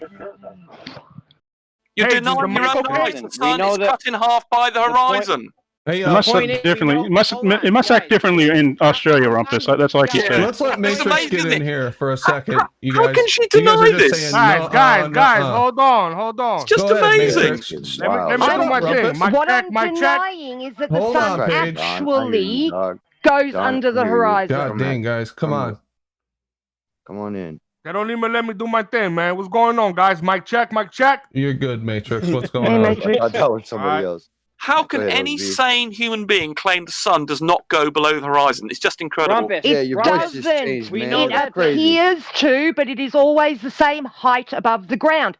How can any logical adult think the sun gets closer to the ground? Right, but do you appreciate that we when you're know that looking at it, it's cut in half by the horizon when it's at midpoint of sunset? Do you Yeah. appreciate that it's still the same height above the ground that it always was? It can't be if it's cut in half by the horizon. How has it moved? How has Wait a the minute. sun moved Wait a closer minute. to the Wait a minute, ground, can't please, be. Rumpus? Because we don't live on a flat Earth. Right, so here we go. Yeah, but Even on, a no, Alright, stop. thanks, Even on Rumpus. your model, Even on the a sun sphere, is in the Rumpus. same. Let's hear Grim. Let's hear Grim. He doesn't Same. come every day. What's up, Grim? Yeah. Hey guys, how are you doing today? Good. How are I you? think What up, Rumpus Greg? accidentally walked. Good, I'm doing good. I just think Rumpus walked into a little bit of a trap, because even on the spherical model, the sun doesn't get closer to the ground technically during the day. Exactly. ridiculous. That's what I was trying to say, but he's saying it does, and that I'm stupid for thinking it doesn't. Not Like, only that, really? we know, Is this the best Not- your side's got? Well, I not think only he's just, that, we know. you know, Not only walked that, we right know into that it. the Just the stupid? And just trying to Not argue only for that, we no. Oh wait, I hear somebody else in the background faintly. It sounds like Jeremy. Jeremy. Jeremy, your Yeah. mic's still a little low, but go ahead, man. fuck. It's okay. We can hear you well enough. Oh, he just popped out. He's popping back in. We can't. Yeah, we can't talk over him because we can't hear I him. might fix I it know if he drops out and comes back We can't in. even breathe. So, I mean, Paige, can I ask you a question again? Sure. Okay, you Until said the Jeremy. sun maintains the same altitude above a flat Earth, right? Yo, is my mic good now? A level plane or whatever you It's want on to call fire. it. Correct? Is my mic good now? No, It's I on was fire. talking Yeah, about Jeremy, you're your good. model. No, That I'm where- talking about your model. Well, in my model, no, it doesn't. All The right. sun Not does only is not maintain the same altitude above No, the it flat moves Earth? up and down as well. Up and down as well. Mhm. So would it be on a path that is parallel to the Earth or perpendicular to the Earth? Parallel. So why do I see a sun with a path that Because it is completely going up and down as perpendicular? well, and perspective causes everything to fall towards the horizon the further it gets away. And you are also Paige. trying to hang on, let me finish. You asked me a question and I'd like to finish it. You also are assuming that the sun can be thought about as a physical object like a street light or something that's on the ground. You know, we have no idea whether the sun is even actually there. It could be something outside the firmament being projected in. It could be there's fucking heaps of things it could be. But you Well, guys let me won't tell even you let what us it's not. look at anything different. Let It's me not tell a you what it's burning not. ball of fucking hydrogen in a vacuum with some nuclear shit going on. It's definitely not that. I can tell you what's I not think I happening hear during the cognitive Hey guys, let Jeremy dissonance. get in It's here. definitely Let's just let's No, just you open it don't. up a little bit. Let Jeremy get in. Go ahead, Jeremy. Yeah, I can tell you what's not happening during a sunset. The sun's not going below the geometric horizon or the geometry of Earth, because we know we never see that shit. Shouts out to the Black Swan. So Okay, you guys take a want look at my screenshot here. So You guys need to at figure out how the sunset, sunset works, because we know it's not going behind the geometry of Earth. Now, is it? Actually, it is every day. No, it's not. Yeah. Yes, it is. When have you seen Sure it the is. geometric horizon? Oh, wait a minute. The geometric horizon is a necessary antecedent to the apparent Only horizon. So perspective. yes, it is That sun necessary is antecedent. still- I'm Can I not ask sure a it is question? because it's a necessary just antecedent. as high in the sky when it's No, in that picture. It's still, you know, miles higher above. It's only because of how we see that it appears that way. So it It is suddenly not appears necessary. to disappear from the bottom up, right? Just magically, sort of What? fairy dust, or ether band, or have something. you seen? No, so have you seen the sunset shots where the sun? I think Bev did it, and the sun like doubles up and it goes into this light bulb shape, and then you've got half a sun with Yeah. a gap in between, and then the those other are half. beautiful. Yeah, So the when, sun when does clouds are in some- the way. The sun does some freaky shit, mate. Like Yeah, only on days with freaky clouds shit. and stuff. No, So this Freaky is shit. That, okay, excuse me. Hold Fuck on. me. Freaky shit. I'm gonna leave with freaky shit. I'm sorry. That's funny. Hey, So, Paige, so freaky. There's a and- few videos of Freaky two sons out shit's there. Can good, you explain Nessa. that? It's good to be a freak. so Paige, can you look at the screenshot I have up here right now? All I've got is a red screen. Hang on. You can tell us about how the sun's going straight down, even though you're not on the equator during an equinox. Right. Oh, it's a picture you put up before. Yeah. So the sun is going straight down. So You don't know Dude, that. You don't know your own You model? don't know that it's going straight down because you've got nothing to reference it against. Say if you had street lights going from you all the way out to the horizon, then you would be able to tell whether it was going straight down or whether it's actually going a little bit backwards. Paige, even in his own model. I know, Unless he's it on the shouldn't do equator, that. Unless he's on the equator during the equinox, the sun's not going straight down. He doesn't even know his own model. Is this guy drunk? But at the there end, is the sun going straight what down. the Don't sun tell me I do appears to not. do. No, they're arguing now with your fact that it's the path is actually not perpendicular to you unless you're on the equator during the equinox. They're correct, but they can't handle the fact that sun it still is does the still same damn thing. parallel to the ground. It's not Yeah, falling but it's going towards the below ground. your It's viewpoint just, as it goes no, below it's the horizon. appearing. No, it it's doesn't appearing. Yes, you're correct. actually. Well, you mean So, it actually goes that's our below from your point. viewpoint and actually goes below the No, bulge not in the earth. actually. Yes, actually, really. Appearing. Nope, No, actually it's doesn't. still the same height above the Yeah, Earth. It never actually. not from your vantage point. That's called Yes, the horizon. the sun doesn't get closer to the Earth. The sun No, doesn't but- actually move. But why are you telling me it does? It doesn't, For though. fuck's You sake, don't Nessa. understand the fucking model. No, you don't understand the model. I'm saying it appears. You're saying it actually. The sun stays in the same plane as the Earth rotates. As you rotate away from the sun, it actually goes so the below sun's not your horizon. going below the horizon, is it? It goes below the horizon from your viewpoint. We call that sunset. Appears to go below. I don't care So if it it's appears. not Actually, actually. Because that's what do you mean the it's not explanation, actually? NASA. And that we it's know- the way we see. And we know that horizon is not the geometry of Earth. Keep that in mind. Actually, it is. It's a No, it's necessary not. antecedent for The black for swan the. is proved. The black It's a swan. no. The black swan is a necessary antecedent for the apparent horizon. Is a geometric horizon. The black If swan. you see an apparent horizon, you see necessary antecedent is a geometric horizon. It is the same stupid argument. What do you mean a necessary? It's a necessary antecedent. That's not your friend. It's a necessary The antecedent, geometric man. horizon only exists in the math, NASA. No, Even Rumpus it's a said necessary that. antecedent. He doesn't understand that. It's a not. necessary antecedent for the apparent horizon. So Rumpus doesn't understand that, eh? No, sorry, Rumpus. You don't understand the fact it's a necessary antecedent. You don't understand. Oh Tell my him. God, we've got ballers Of course, attacking each other. Of course, you can't tell him that because you muted him like chicken shits. But Okay, so we gotta have so what about when it's foggy outside and the horizon is half a mile away? So we have to have a geometric horizon to see the half mile away horizon, dude. You just shit you say. Listen. Think before you talk, dude. Just blurting shit out. No, it's a necessary antecedent. No, Who that told is you that? So There's no such thing as a geometric horizon. Okay. Yes, there is. To us It's- then. Wait, I'll let me have to get show it to this. you. It's a Let me- necessary antecedent. Show me the Okay, you say container. it's necessary then, right? It's Show me the necessary. container. We can So show when you we the see- hold on, Paige, hold on, being Paige. made in a container. Show me When the we container. see the horizon half mile away during fog, so there has to be a geometric horizon for us to see that horizon half mile away, or Yeah, even you'll see even a horizon. quarter mile away. Leaky. There you go, Leaky. Oh, it's a necessary antecedent, though. Until you can show me the container, I'm going to keep up with the stupid necessary hear- antecedent. you wanna man. address- Yeah, The that's because you necessary touch antecedent for yourself when containers you say because QE's name. every Just a QE demonstration disciple, we can Paige. ever do with gas pressure will have a container. That's why it's got it's a necessary Well, antecedent. necessary in order You're to have just the putting You just said about the fog. NASA, in or- stop. in or- You're the fog- just putting the fog is when we that know about onto fog. your argument. Yeah, it's a necessary when you have antecedent. no reason. No, you no, have no. it's You a have necessary nothing Hold to on, back real that quick, up. Paige. Hold on, real quick, please. Paige, the only thing necessary for the horizon is the ground and the sky. That's it. correct. Yeah, And exactly. Thank somebody you. to see it.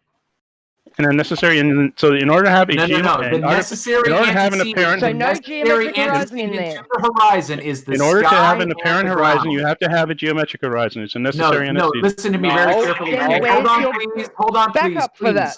Hold on, please. Paid. It sounds like Hold- Paid NASA shows. Bob, some hold new on, words please. Today. Hold on, please. Paid.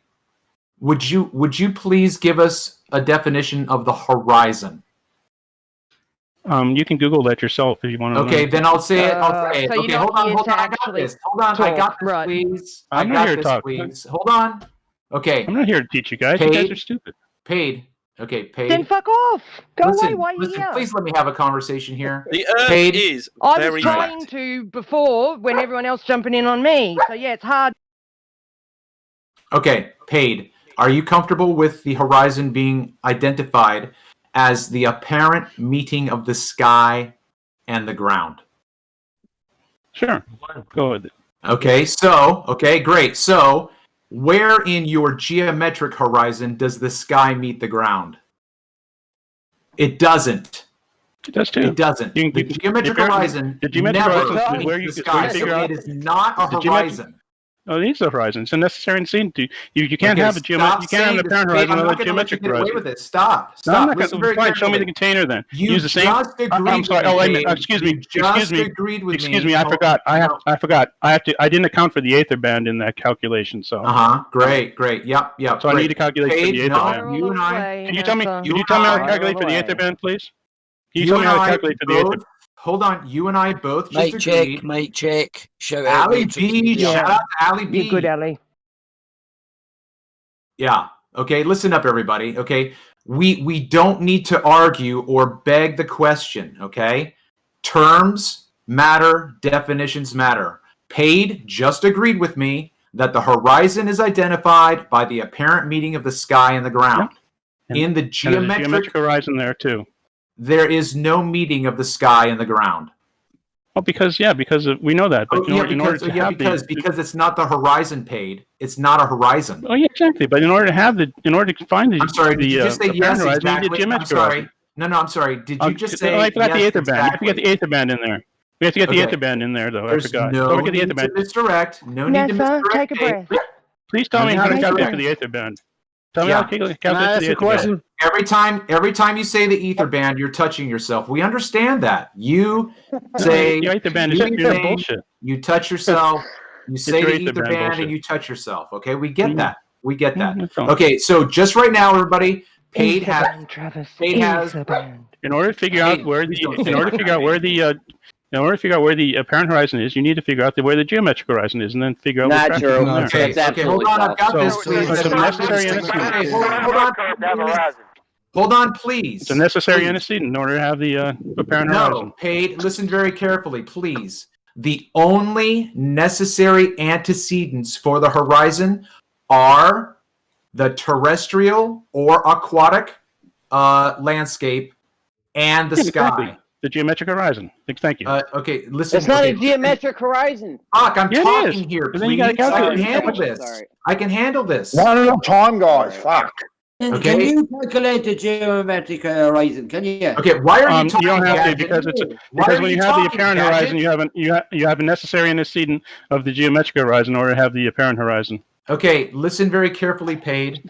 You already agreed that the horizon is the apparent meeting of the sky. Yeah, but in order to and find the that, you have to ground. get the Stop geometric. talking, Paid. I wasn't finished. Okay, you already agreed. You conceded to the fact that the I didn't concede horizon for is the shit. apparent meeting of the sky and the ground. When Yeah, no, you but you have talk the about, it's okay, geometric. I'm not finished talking. Not finished talking. When you bring in a concept called the geometric horizon, It's not a concept. That's the there is no. He's lost it. He's lost his shit. He just got. He doesn't even listen to you say one sentence. Okay, just real quick. I'm just going to finish up. When they bring up the concept of the geometric horizon, there is no horizon. Why do you say that, Travis? Well, can you point out where you think the geometric horizon is? Yeah, it's right there. Okay. Is the sky apparently meeting the ground there? No. Then it's not a fucking horizon. He left. I had him Good server point. muted because he wasn't letting you finish. Hey, Chris Berry, go ahead. You wanted to jump in? Shout out to Chris Berry. What's up, Chris? He Are you there? We can't hear you if you're talking. You must be having some audio issues, man. Hold on, Brandon, real quick. I had him. He wasn't letting Travis finish, so I was just server muting him real quick, and he left, and now he's server muted because he couldn't rumpus the shit out of fucking Travis while he was talking. So he, that's all he's here to do is just rumpus the shit out of people and cause chaos. Yeah, sometimes I really don't feel the need to stop people from doing that because it happens to me every single fucking conversation I have from my own side. So I got to be honest, I really don't give a fuck. Yeah, sorry, Brendan. Just let him go off. All right. Well, sometimes, yeah, just let him go off. And I know you guys feed into it too. When these guys start doing that, you guys do go back and forth with them and feed into it. I know, it's like a black hole. I get sucked back in. Right. And it is entertaining. People do like to listen to it. I don't want the show to be all that, but for some time, yeah. Yeah, nice one, Brandon. I was going to say that, Jeremy. There was no need to. Well, I'm not telling you what to do, but there was no need to server mute, because what you do is when you do that kind of shit and you do that, it just gives them bullets to fire back. Oh, you get muted over them, Brandon. You never get to talk, and Listen to Ali white knighting for the Globers. What's the matter with you, Ali? Yeah, my bad. No, my bad, guys. I'm actually white knighting for Brandon. Right? I'm white knighting for Brandon. I'm actually agreeing with Brandon, so fuck off. Wow, Ali, you know what? Don't do this, Ali. Right? Do not, that do was not the whole do point. this, So Ali. listen, You let don't me want finish. me as an Let me enemy, finish Ali. my point. Let me finish my point, if I can. Right? So the point is, when the rumpus gets too much, Brandon fucking kicks him off. It really is up to him if he thinks that they've talked too much. He kicks him off. He's done it loads of times with Rumpus. He's done it with loads of other people. So just let him fucking do it. I don't think it's up to any of us to take it upon ourselves to mute people, fucking ban people, or anything like that, because are we not meant to be for freedom of speech? He needs to be muted, man. He went and shut up. Is He's there saying only the same thing over certain and over. people, or is it only us that's allowed the privilege of freedom of speech and we sort of mute everybody As else? long as they address the question, because Rumpus is, Yeah, okay. he can be a That was little it. belligerent. Finish now. Fair enough. You get it or you don't get it. You probably won't get it, but there you go. All right. Well, I'm not mad at anybody. I just wanted to say my 2 cents. For Chris, people being banned. your mic get fixed, Chris? What's up, man? I think so. Well, the guy left. I was going to ask him. He obviously wasn't willing to be reasoned with because Travis had already got it. But the other thing I would have asked him is, can you have a horizon on a flat Earth? And we already know that Rumpus has admitted that. So the answer is yes. So you don't. If he wants to call it a geometry, that's fine. But it's a geometry of a flat plane is also sufficient. We just don't know which it is. So it's not an antecedent to say that it's a curved geometry that you need. You just need geometry, and that the ground could be flat and extended plane or whatever. So as long as you have the land and the sky, as Travis mentioned, you can have a horizon even if it's flat.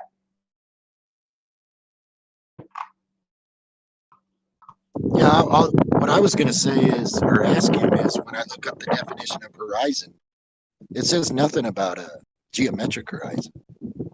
It doesn't even say that it's a delta of it. Yeah, he was pinned down.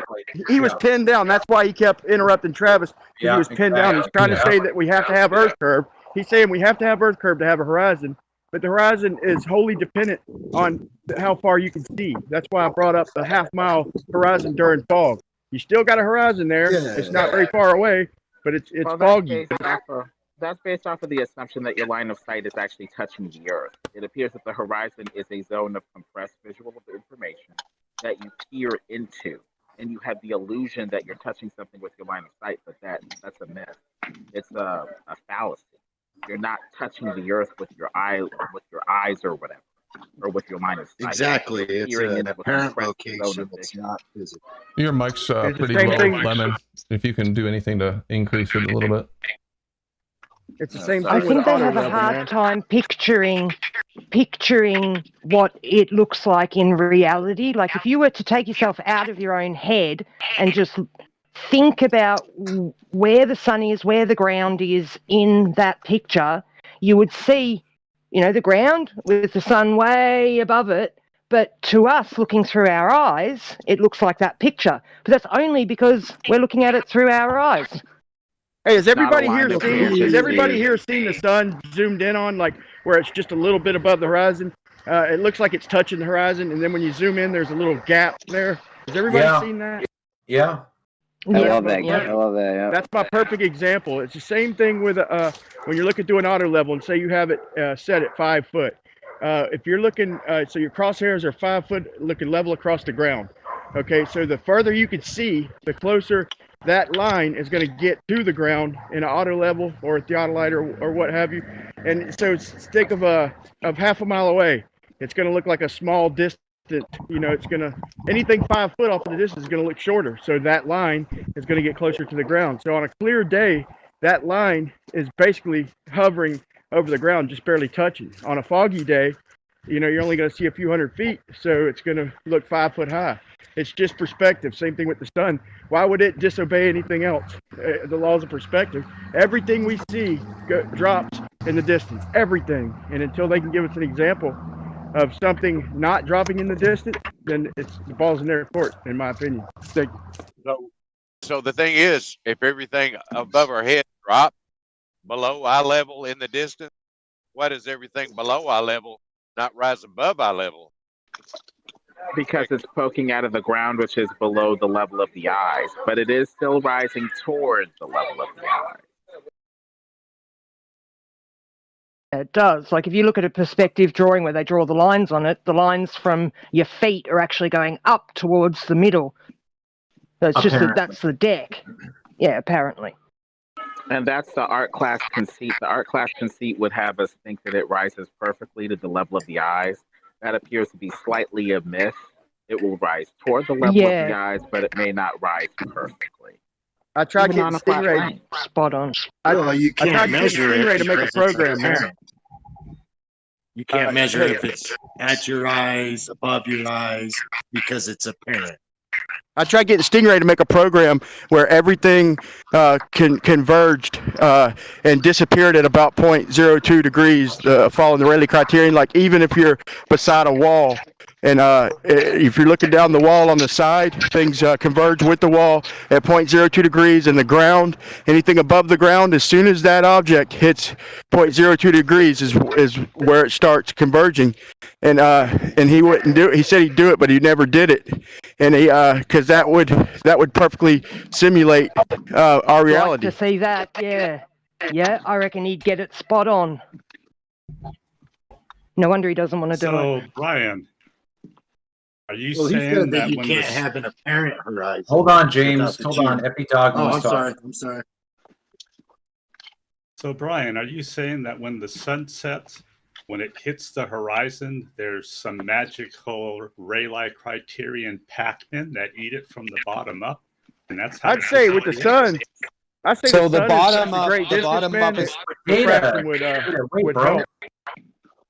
I'd So, say in the can I distance. explain it for you? I'll explain it for you. So Go ahead, basically, the way the eye sees between the center, neutral point of the eye is that anything above it converges into the neutral point, and anything below it converges into the neutral point. Right? We can agree on that, correct? Yeah, for perspective, yeah. Wonderful. You're on board. So listen, the Rayleigh criterion is a description of the resolvable detail of the angle of light bouncing to that object to the eye. And it could be used to determine the separation of two objects, or in fact, a blurred a dot. So you could actually calculate the size of the blur, if you will. In this particular case, you have a cone shape that everything converges into a neutral point. So if you have the clouds above the observer, 3 miles, let's say he's 6 feet tall, above him is a cloud 2,500 feet. 3 miles away, thereabouts, that particular cloud is still 2,500 feet above the ground.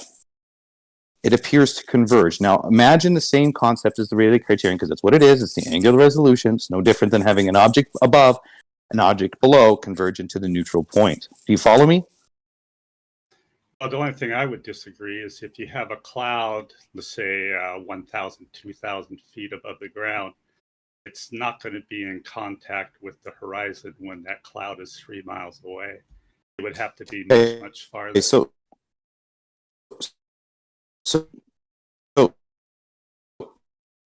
You're breaking up, Data. So,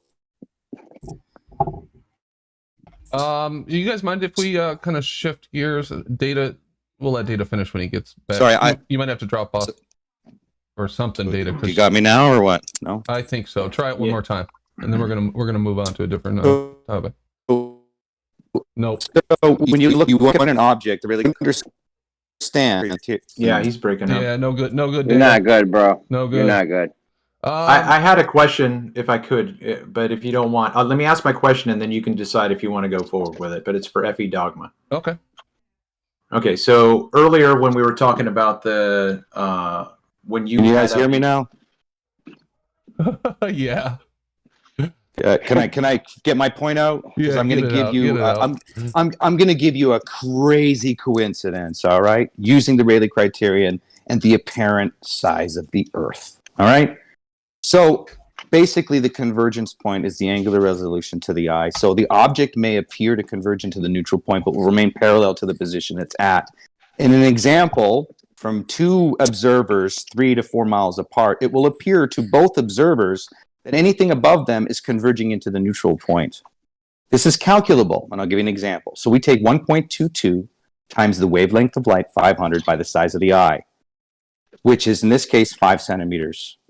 You're going to end up with a 0.00122 radiance value.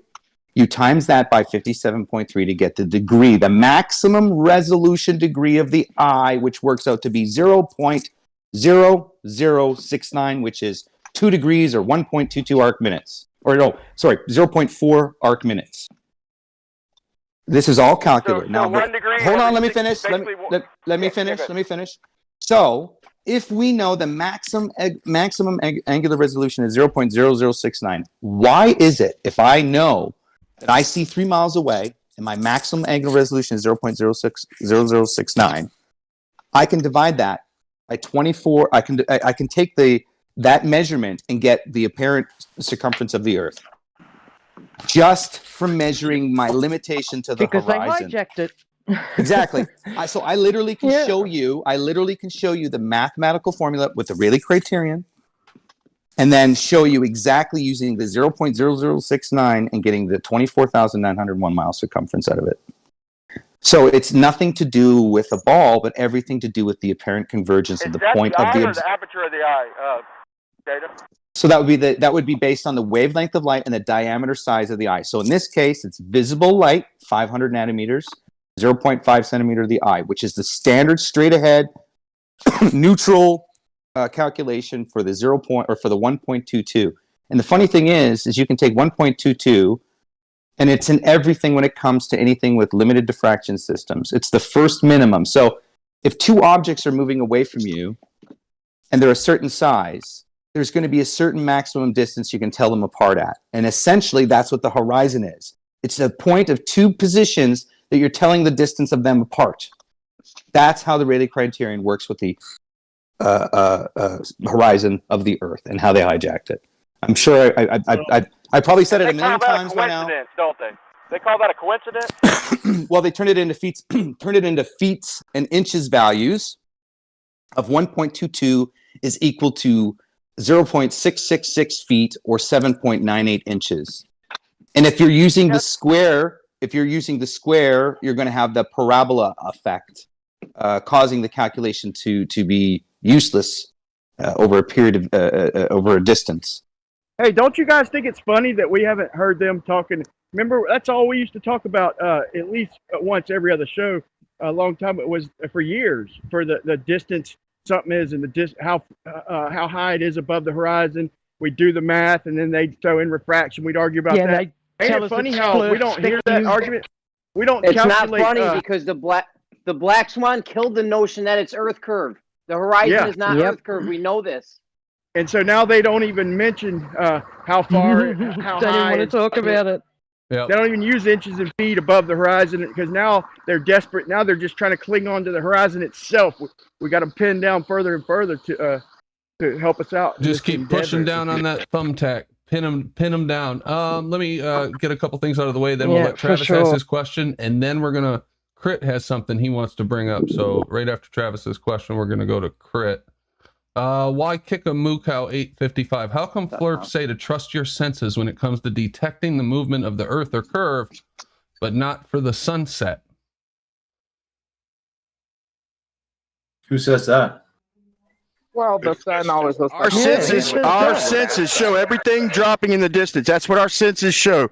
Our senses show everything dropping in the distance. Yeah. So our system, our pretty much our senses apply to everything, not just planes and birds and clouds. Okay, our senses apply to the sun, moon, and stars as well. Right. So let me just give you a real quick summary of that, and then go to my question. If we're out on the open ocean and we're not moving, we're going to see the sun demonstrate its convergence at the horizon. Okay, we're going to see it apparently drop its apparent elevation. That's how it appears to our eyes. So we might think, oh, how are we going to explain this? Blah, blah, blah. Now, if we get in our boat and we're able to keep up with the sun, we're never going to see it do that because we're keeping up with its circuit. Not only that, but we're never going to think that we are traveling over a curved plane. We're never going to think that. So you have to take those two concepts and trust your senses on that. You can't just look at one example of something and draw a conclusion without testing it. Testing what you would claim about the sun dropping down to the horizon and being perhaps incorrect about your interpretation of what you're seeing. The way to test that, keep up with the sun as you travel over the ocean. You're never going to think you're going over a curve. You're going to be traveling along a flat extended plane, keeping up with the sun. The sun will always have apparently the same elevation. Okay. Now, to my question. That's brilliant. Thanks. To my question about Epi Dogma back when he had his flat Earth map with the cycle of the day and night. Okay. My question to you, Flat Earth Dogma. You're familiar with the two categories of the sun's circuit on the tropics of Capricorn and Cancer, correct? Yeah. Okay. I live in Bangkok, so there's a period of time where the sun is directly overhead, and the Tropic of Cancer is to the north of me, and of course the equator to the south, and then farther to the south is the Tropic of Capricorn. Okay. Again, my question to you is, are you comfortable acknowledging that the sun in those two tropics, in the Tropic of Cancer, there's a circuit of the sun, and in the Tropic of Capricorn, there's a different circuit? Yes?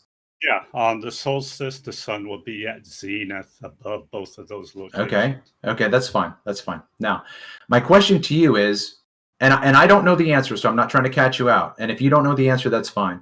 My question to you is, when those two descriptions of the sun's circuit were created by men, what was their model of the Earth? I don't really know at the time, but I mean, it would obviously, someone made an observation, said on this date, the sun is measured to be directly above us. Yep, right. But I think that would be an interesting investigation to go back to that time when they were starting to categorize the sun. Let's say a week before, there was no category of the Tropic of Cancer. There was no category of the Tropic of Capricorn. So when they started to classify, hey, we have two different circuits of the sun in the sky. My question is, what was their belief and understanding as to the Earth? That is an excellent question, and that's one thing I've been searching for and asking for is, how were the latitude lines first developed? How was that basic navigation system first laid out? and I cannot find it. I can't find a good answer. You'll find, well, this person, you'll find reference to somebody like way back when who did something on it, but I haven't been able to find a good answer. And I have a problem with the idea of the sun being directly overhead. It's never directly over the well or the stick in the ground or anybody. So when you refer to the sun being directly overhead, I'd like to reference to that. Because there's 2 times a year when there's a period where I have no shadow. The sun is directly overhead, so there's no shadow. Can you take a photo on the z-axis of the sun directly overhead? I could take a photo of it. Somewhere I do got a video of this, but I would have to look it up. I'll see if I can find it and maybe come back. I hope you can, because I'm convinced there's no way anyone can see the sun anything but offset. I don't understand why you would say that. I mean, there's millions of people that live in this region. We experience this. So how can you? No one can look up 90 degrees and see the sun directly above their heads. No, that is wrong, because I live here and I have seen I'd make that claim with Polaris. I'd make that claim with Polaris. Photos now. Well, that's an interesting But why don't we try to explain claim. it like I'd like this? to hear more about that, but I want to try to move us on to Crit, because we'll never get there if we keep talking about this. He does have something to show us. Okay. So Crit, I'm gonna hand the ball over to you. Sorry to cut that short, guys. And you wanted me to bring up a picture, right? Yeah, if you would, thank you. That something was posted earlier today about one of your mods called WS. 6 a.m. this morning. I'm not sure I like you referring to WS as one of my mods, but I guess he is one of my mods. Oh, okay. Yeah, maybe I guess I should preface this. I'm new to the server. You know, I've been a member for quite some time. Haven't really joined. Haven't really participated. Some people might know me from other servers. I'm kind of a firebrand on Gem Pandas. I'm banned on Nathan Oakley's for practicing witchcraft in QE server. Kind of a mod light on 24/7, if you will, Gold Plus. I kind of do some lobby work and stuff there, checking people in and whatnot. I'm familiar with you from Gem Panda server, and I've enjoyed many of your lengthy exchanges with them. So welcome to the server. Yeah, thank you, thank you, sir. We heard you. Can I say something real quick? Real quick. I don't want to derail from this, but go ahead. I just want to thank you for letting me be on the show. It's 7 o'clock in the morning here. I've got to meet a friend for coffee in about an hour, so I have to go. But again, thanks for allowing me to come on your show. Oh, I appreciate you being on. Thank you very much. You're welcome anytime. Okay, thanks again. Nice Bye-bye. talking to you, F.A. Dogman. Yep, bye. All right, Crit, all yours.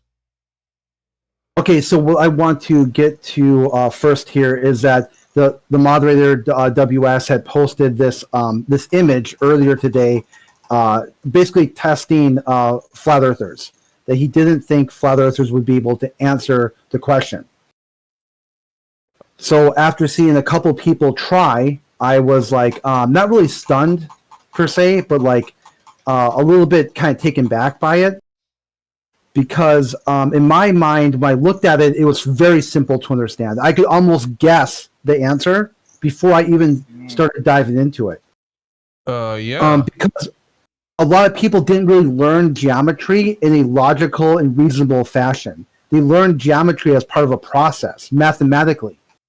So they weren't. If I just showed you the trapezoid in this image, everyone here in this server could solve for that trapezoid. Hold on. Are we looking at trapezoids or the 2 circles with 9 and 4 as the radius? Yeah, almost there, Jeremy, okay? If you bear with me, okay? Yeah, it shows the 2 circles with a straight line. But that actually isn't about the circles. It's a magic trick, okay? It's a magic trick that a lot of globalists like to do. They got an answer, but they don't want to give you enough information to let you get to that answer logically. What they want to do is try to trick you into thinking somehow they're asking you something they're not asking you. There's enough information there. Yeah, there is. If for a lot of people there is, but some people there's not. And as a matter of fact, there was 2 globalists, or 4 actually. There was Aaron so with the Nib and Mole Man and Puppy, who tried to answer it, but they couldn't. So I decided that I would engage with this WS guy and talk to him about how to answer the question. So the answer is actually 12. So if you could, Brandon, switch to the next slide I sent you. Sure. 1 second. I could show that to an 11-year-old and they could figure out what A to B is. Well, if you're not used to working with these type of things, and you're not good at geometry, then I could see how you could have some trouble with that. I mean, you do have to do some calculations and know about triangles, and you have to know some stuff. You have to know a little bit of geometry. Not much, but you have to know a little bit. But go ahead. Not everybody's into math. Wait, real quick, who is this giving the presentation? Correct. Yeah, hello. I'm not sure if I ever talked to you, Brian, but I think maybe give it to you offline. Maybe talk a little bit more. All right, go ahead. So this is the answer. The answer is absolutely. 12. Carry on. Sorry. Yeah, so the answer is 12. So what you're going to do here is following logic. It's not really a math problem yet, okay? Right now, it's still logical deduction. And what you would do here is you could draw that radius out to the circle so both radiuses touch each other. Then you take that 9 plus a 4, that equals 13. And on the flip side, you can take that radius down from both circles and form a 90-degree angle to parallel. And then draw a 90-degree across to make a square. Then subtract that 9 from that 4 to get 5. And then at that point is Pythagorean. 5 squared minus 13 squared equals x squared, which equals 12. Okay, yeah, that makes sense. And the kicker here is that this proves the Earth is flat.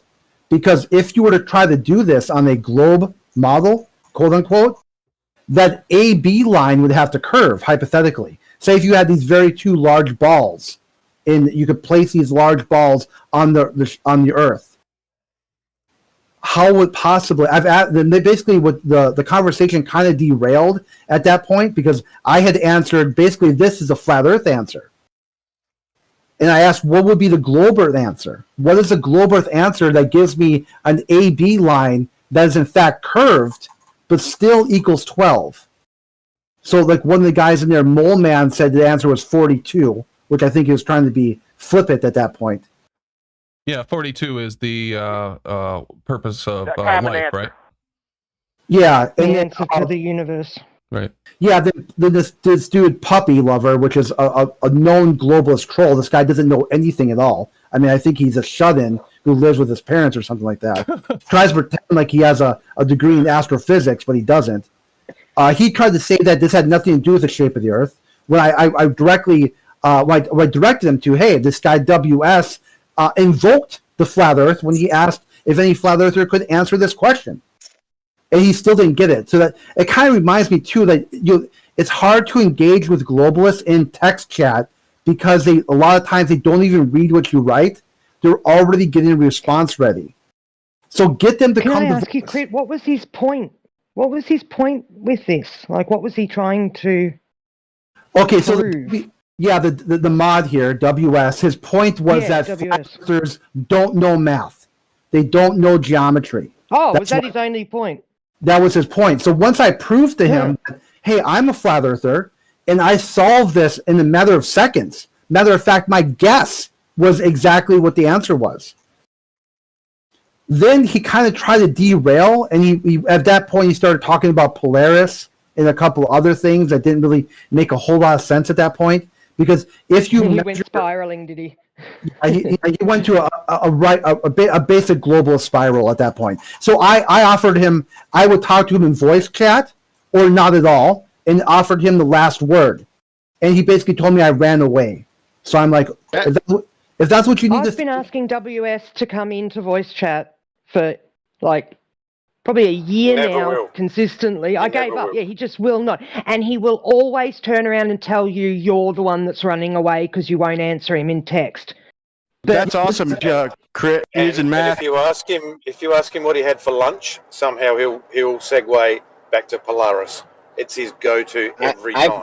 I've heard that guy in voice chat before. He was in voice chat on Jose's one day. Every once in a while, he'll go over to Jose's. I think he has Yeah, come on he's to going to Ranty's Jose's. before, but he hasn't come on since I took the channel over. Hey, real quick, guys. Gadget Inspector with a huge super chat, 50 euros. Thank you so much, Gadget. I don't understand baller trolls. They come on flat earth channels and repeat to us what we learned in school. Do they not understand that we are awake and know that we were lied to? We don't care what they say. It's finished. Well said, Gadget. And thank you again. That's very generous. That is awesome, man. I want to say, man, I try and explain this to them a million different ways. They're stuck when they get stuck in geometry. That's awesome. He did it with math. But look, like another good way to explain it is like when I was trying to use the sun. Let's say you're in an airplane 2 miles above the ground. You're way above the ground, but you're looking off at some 10 miles, some real high altitude like cirrus clouds that are 10 miles above the ground. Okay, so off in the distance, they're touching the horizon. Okay, so you're looking slightly down at them, but you know that they are higher than you. So if you, in reality, were to point your plane at the cloud that's at the horizon, okay, you'd and never change your angle, you'd hit the ground. You wouldn't just barely skim the ground past that point and then go off into space. You would crash the ground if you didn't change your angle. But if you're pointing at that 10-mile cloud and you're only 2 miles high, so you'll be angling down, but the closer you get, you would have to noticeably adjust the pitch of your aircraft upward the closer you got. Okay, they can't get themselves out of the math. So I like what Crit has done. What the fuck are you talking about? So yeah, this is what I got too. What part didn't you understand? Go back to sleep. Yeah, the whole thing, man. The whole thing about the airplane. I mean, he's talking airplanes again. He doesn't know how airplanes work, obviously. Okay, so if you're 2 miles high flying, and you're pointing your plane directly at a 10-mile cirrus cloud at the horizon, so it's barely above the horizon, and you're angling right for it. Okay, you're angling just slightly down. Correct? Maybe. Okay. Okay, the closer you get toward it, let's say the sun is right behind it. Okay, but we'll just forget the sun right now. So the cirrus cloud, you're aiming for it, and if you don't change that angle, okay, you're gonna crash into the ground. Correct? That's not how you fly, though. If you know there's clouds are there, the clouds are the same level above the ground usually. But follow me here just for a second. You do agree that you don't understand how? No, I don't understand. Brian, No, he knows he's not. what you're He's saying, not but he asking knows you. that he's He's not asking you to correct his understanding of flying. You are not paying attention. Bullshit. Paid. You are not paying bullshit. attention to what Brian is laying Oh, out. I You're understand what he's ignoring. saying. He's bullshit. Yeah, he doesn't know how airplanes work. No. Okay, listen. Okay, again, paid. He is not trying to describe how they work. He is describing the concept. Okay, so Of what? Your misdirection is irrelevant. No, it's not. He doesn't understand how airplanes there's fly. a point behind this. Okay, maybe I don't. Let's just say for a second I'm freaking in La La Land. But can you still answer the question? If I'm angling down toward the cloud on the horizon that's 10 miles high and I'm 2 miles off the ground, if I don't change that pitch, won't I eventually hit the ground? No. Yes, you will. Okay, he said no. Go ahead, Brian. No, because you fly at the same altitude the clouds are until you get Okay, there. that's not what he said, Paige. You're not paying attention. He said you're nosing down. Why would you nose Okay. down to see clouds? Let me try another way. Let me try another way. Okay, if I'm looking through a theodolite and I'm 20 foot high. Okay? I'm 20 foot high, but I'm looking at a building. I mean, you literally can't comprehend. You can't comprehend seeing a cloud off in the distance. He's a troll. He's not interested in. Or else he's just got cognitive dissonance. I'm trying not. You know, when you guys talk about airplanes, it just shows you have no idea what the fuck you're talking about. Is that flat earth are talking Okay, about? is that cloud curving around the Hey earth? guys, we kind of got pulled down a rabbit hole with this plane thing. And Crit, I was trying to understand what you meant by this being a flat earth proof. Did anybody else have a question about that? Yeah, it's total and complete bullshit. So I'm glad you. Okay, that's not an agree. argument, Paige. Do you have an argument? Yes, it is. Well, yes, it's total and complete bullshit. I was asking. No, Crit I agree. I'd like to stay down. I'm agreeing with Brandon. So asking him for a little more explanation on how this is a flat earth proof. Can you repeat that one more time, Crit? Maybe I missed it. I might have been distracted. I apologize if other people got what you were saying. Yeah, certainly. It's what this, a lot of times globalists, when they start hearing fathers make a solid point, they want to derail the conversation. Oh yeah, we know. We're well versed in that. Yeah, and you've gotten to know our trolls, I see. But go ahead. Yes. So I've been having this conversation. He doesn't think that the angles change in the distance due to perspective and reality. He thinks so. I'm trying to bring him a little bit closer. You know what I'm saying? No, I get that. I'm just trying to understand what Crit's got going on here. Go ahead. Okay, so basically at the beginning here, the shape of the earth. Shut up. Can we hear what he has to say? I mean, honestly, can we hear what he has to say? Because I'm trying to understand it, and then we can talk about it if he's right or not. I'll give anybody the option to challenge him. Go ahead. I can't hear him, man. Yeah, this is basically what the debate goes down to. It's Euclidean geometry versus spherical geometry. And even though I got WS to agree that this is Euclidean geometry, he still wanted to say that it confirmed the globe. So then I asked him, well, can you show me these two objects on a globe and make the geometry work? And at that point, that's when he started to deflecting to, all of a sudden, I don't know geometry. Oh, that's interesting. So your question was essentially, put these two objects, two balls at some distance apart, do the measurements, and show it matching this diagram here. Is that what you're saying? That it would match this? Oh, you came in broken for me. Can you say it again, please? Oh, you're saying that it would match this on a flat Earth? No, it would not. It would match on the flat Earth. It doesn't match on a globe Earth. Okay, can I ask a question? Can Crit, would you be able to just summarize how WS said that this is a globe proof? Because I'm looking at this for the first time. Yeah, so at 9:30 a.m. Central Time, he said Euclidean geometry confirms we live on a globe. That's a direct quote. So he's saying that this straight line is actually curved. This AB line is curved. Everything confirms a globe for WS. That's all he sees when he goes and visits his mother and he looks at her. He doesn't see her face. He doesn't see the nurturing face from his childhood. He sees a globe with eyeballs. When he looks at his dog, it's a little globe with 4 little tiny feet running around. When he looks in his wallet, it's globes for the pictures of the president. That's all he sees. Everything's a globe. All of the which is what I thought was quite interesting. That once a moderator started saying this, a lot of the globalists jumped on board with that and started pretending like this had nothing to do with the debate. That's what they do. They tag team you. So when one thinks that they have you, then another one will come in and insult you. Then another one will come in and insult you. And then their goal is to get you to flail, quit, or just, get all fucked and flustered or whatever. Yeah, hold on. Nabs is actually in the chat right now. I sent a message to her to join. So do you want to add something? Thanks for that. Yeah. Shut up, Sean. Nobody wants to hear you, Sean. Your mic's breaking up. Yeah, it's too bad, Sean. We can't hear you. That's all. Why don't you drop and come back, Sean? Hold on, Naps. What did you say? Your mic's really low, Naps. All right. Somebody's a little bit triggered. I was like an IQ. Yeah, Naps, if you would, I would like to engage with you on this. Yeah, you're fucking lying. You're a fucking liar. Oh, good. Here we go. Here we go with the arguments. Here are the stellar arguments. Sitting up here. That's not to change your name because we're making. It had nothing to do with Earth shape at all. It was just a problem. So dumb. Go on. So unbelievably dumb. Okay, you guys, hold on. Let's not go down to their level, okay? We're flat earthers. You're a fucking liar. You're a liar. I'm not flat You're a liar. Sorry. Poor timing on the white knighting there, Chris. I got you. Yeah, okay.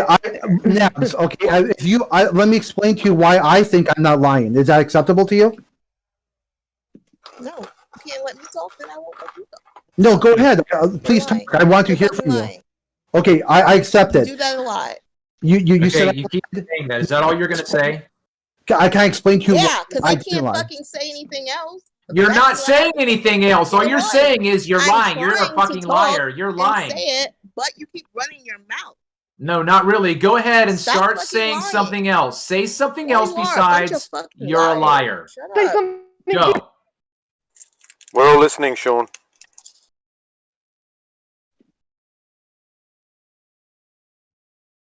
Okay, well, this is why I'm not lying. Maybe that she's still listening. I'm not. All you want to. You're a Oh, fucking great. liar. Now she comes back once he starts You're a talking. fucking What the fuck is idiot. wrong with you, Sean? Who cares what you think?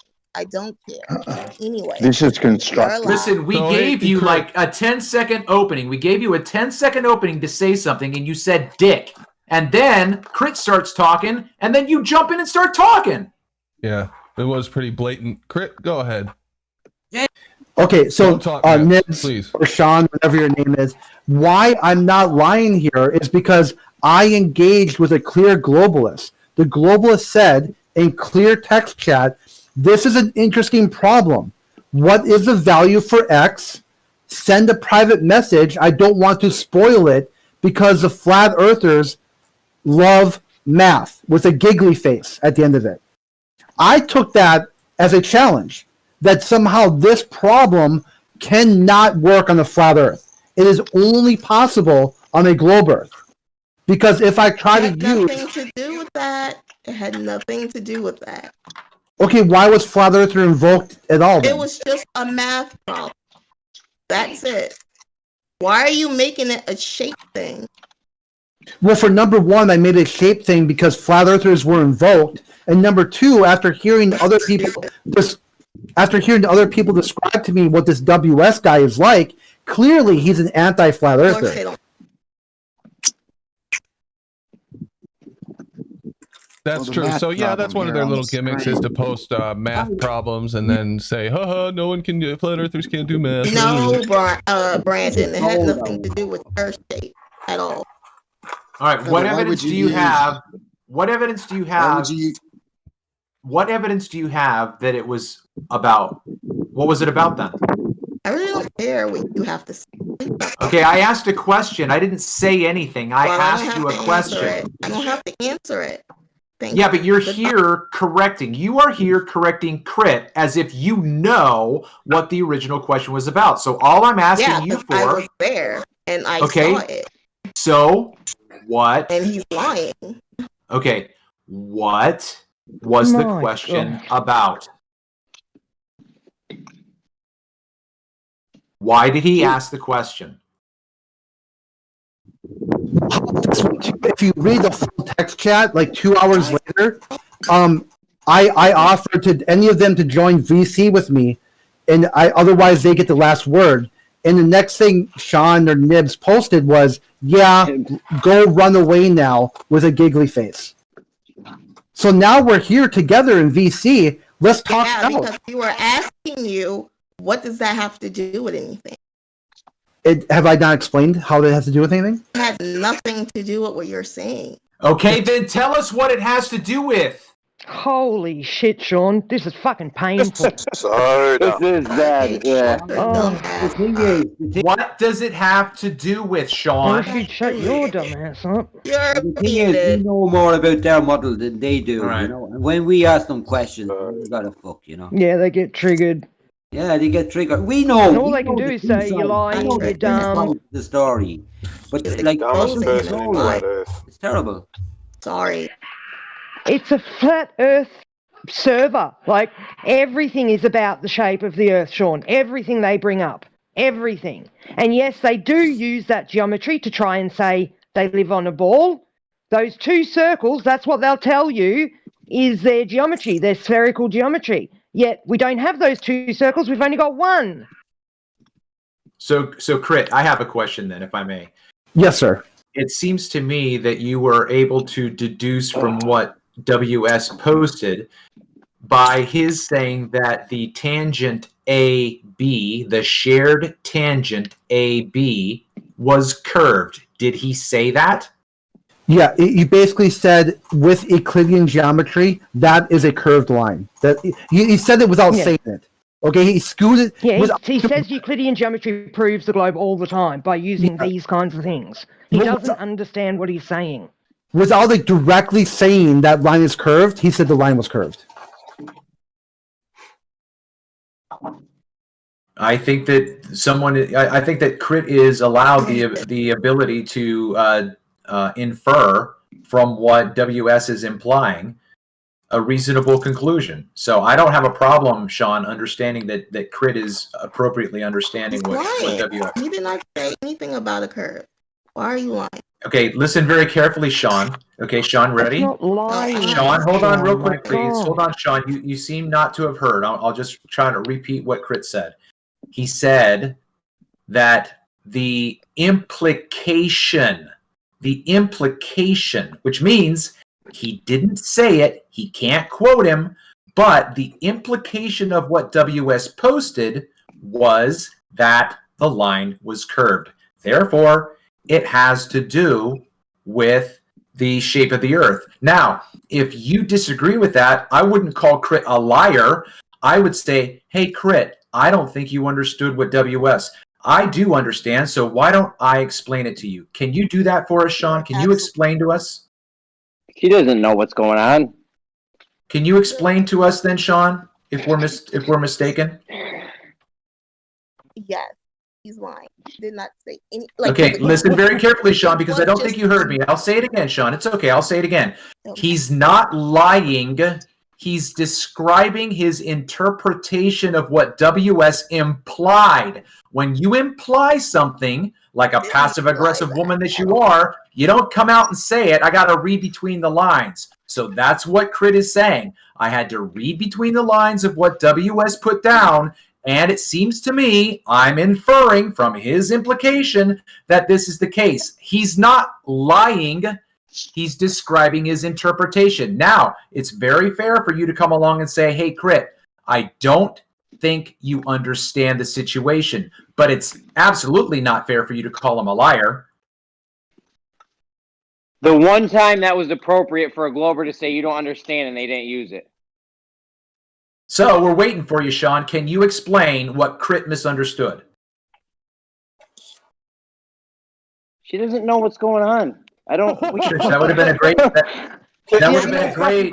That would have been a great pregnant pause, Jeremy. That would have been a great. I'm talking right now. We waited for you, Sean. Sean, we gave you a. What I'm telling you. Sean, we gave you a couple. Sean, we gave you a couple of seconds to answer, and you didn't answer. I like and her then answer, though. Travis, I liked her answer. It had nothing to do with the shape of the Earth. It's a math problem. Hang on. Math problems have nothing to do with the shape of the Earth. I got Maybe it. it did. Yeah, Let me ask a question. This test that WS did, was there only one question on it, or was it a series of questions? It was just the one question. Yeah, Okay, beautiful. Okay, then that's perfect. Let me now go on. Naps, you're listening up to this. I was in Gems driving home about 16 hours ago. And I just driving, paying no attention to my screen, and I heard two guys talking, right, in Gems. Don't know who they were. One of them said to the other, oh man, it was so funny earlier when WS owned whoever it was, because he had this thing to see how much flat earthers knew about our model. And they didn't know anything about the maths of our model. Now, at that time, because I came in late, I didn't know whether this test that he'd put together was 20 questions or 3 questions, but apparently it was just one question. And it was about their model, Naps. Guess what? It must be about the shape then, mustn't it? You are so dumb. No, it wasn't. See, I accept that from the face value. Showing if he knows how to do the geometry.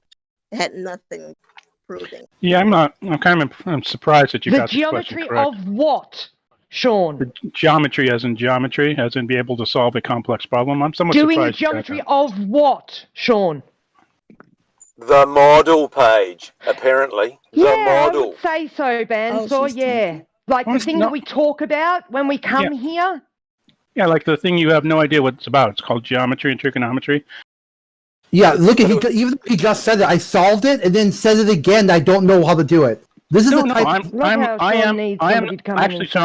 Actually, whoever did it, I am impressed that you got it correct.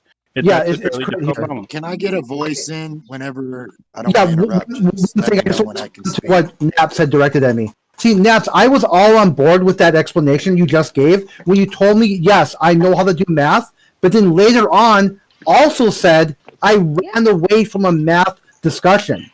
For me, that's a contradiction. No, that's not what I said. That's why I said you're a fucking liar. Because that's not what I said. You said, yeah. What are you talking about? What are you talking about?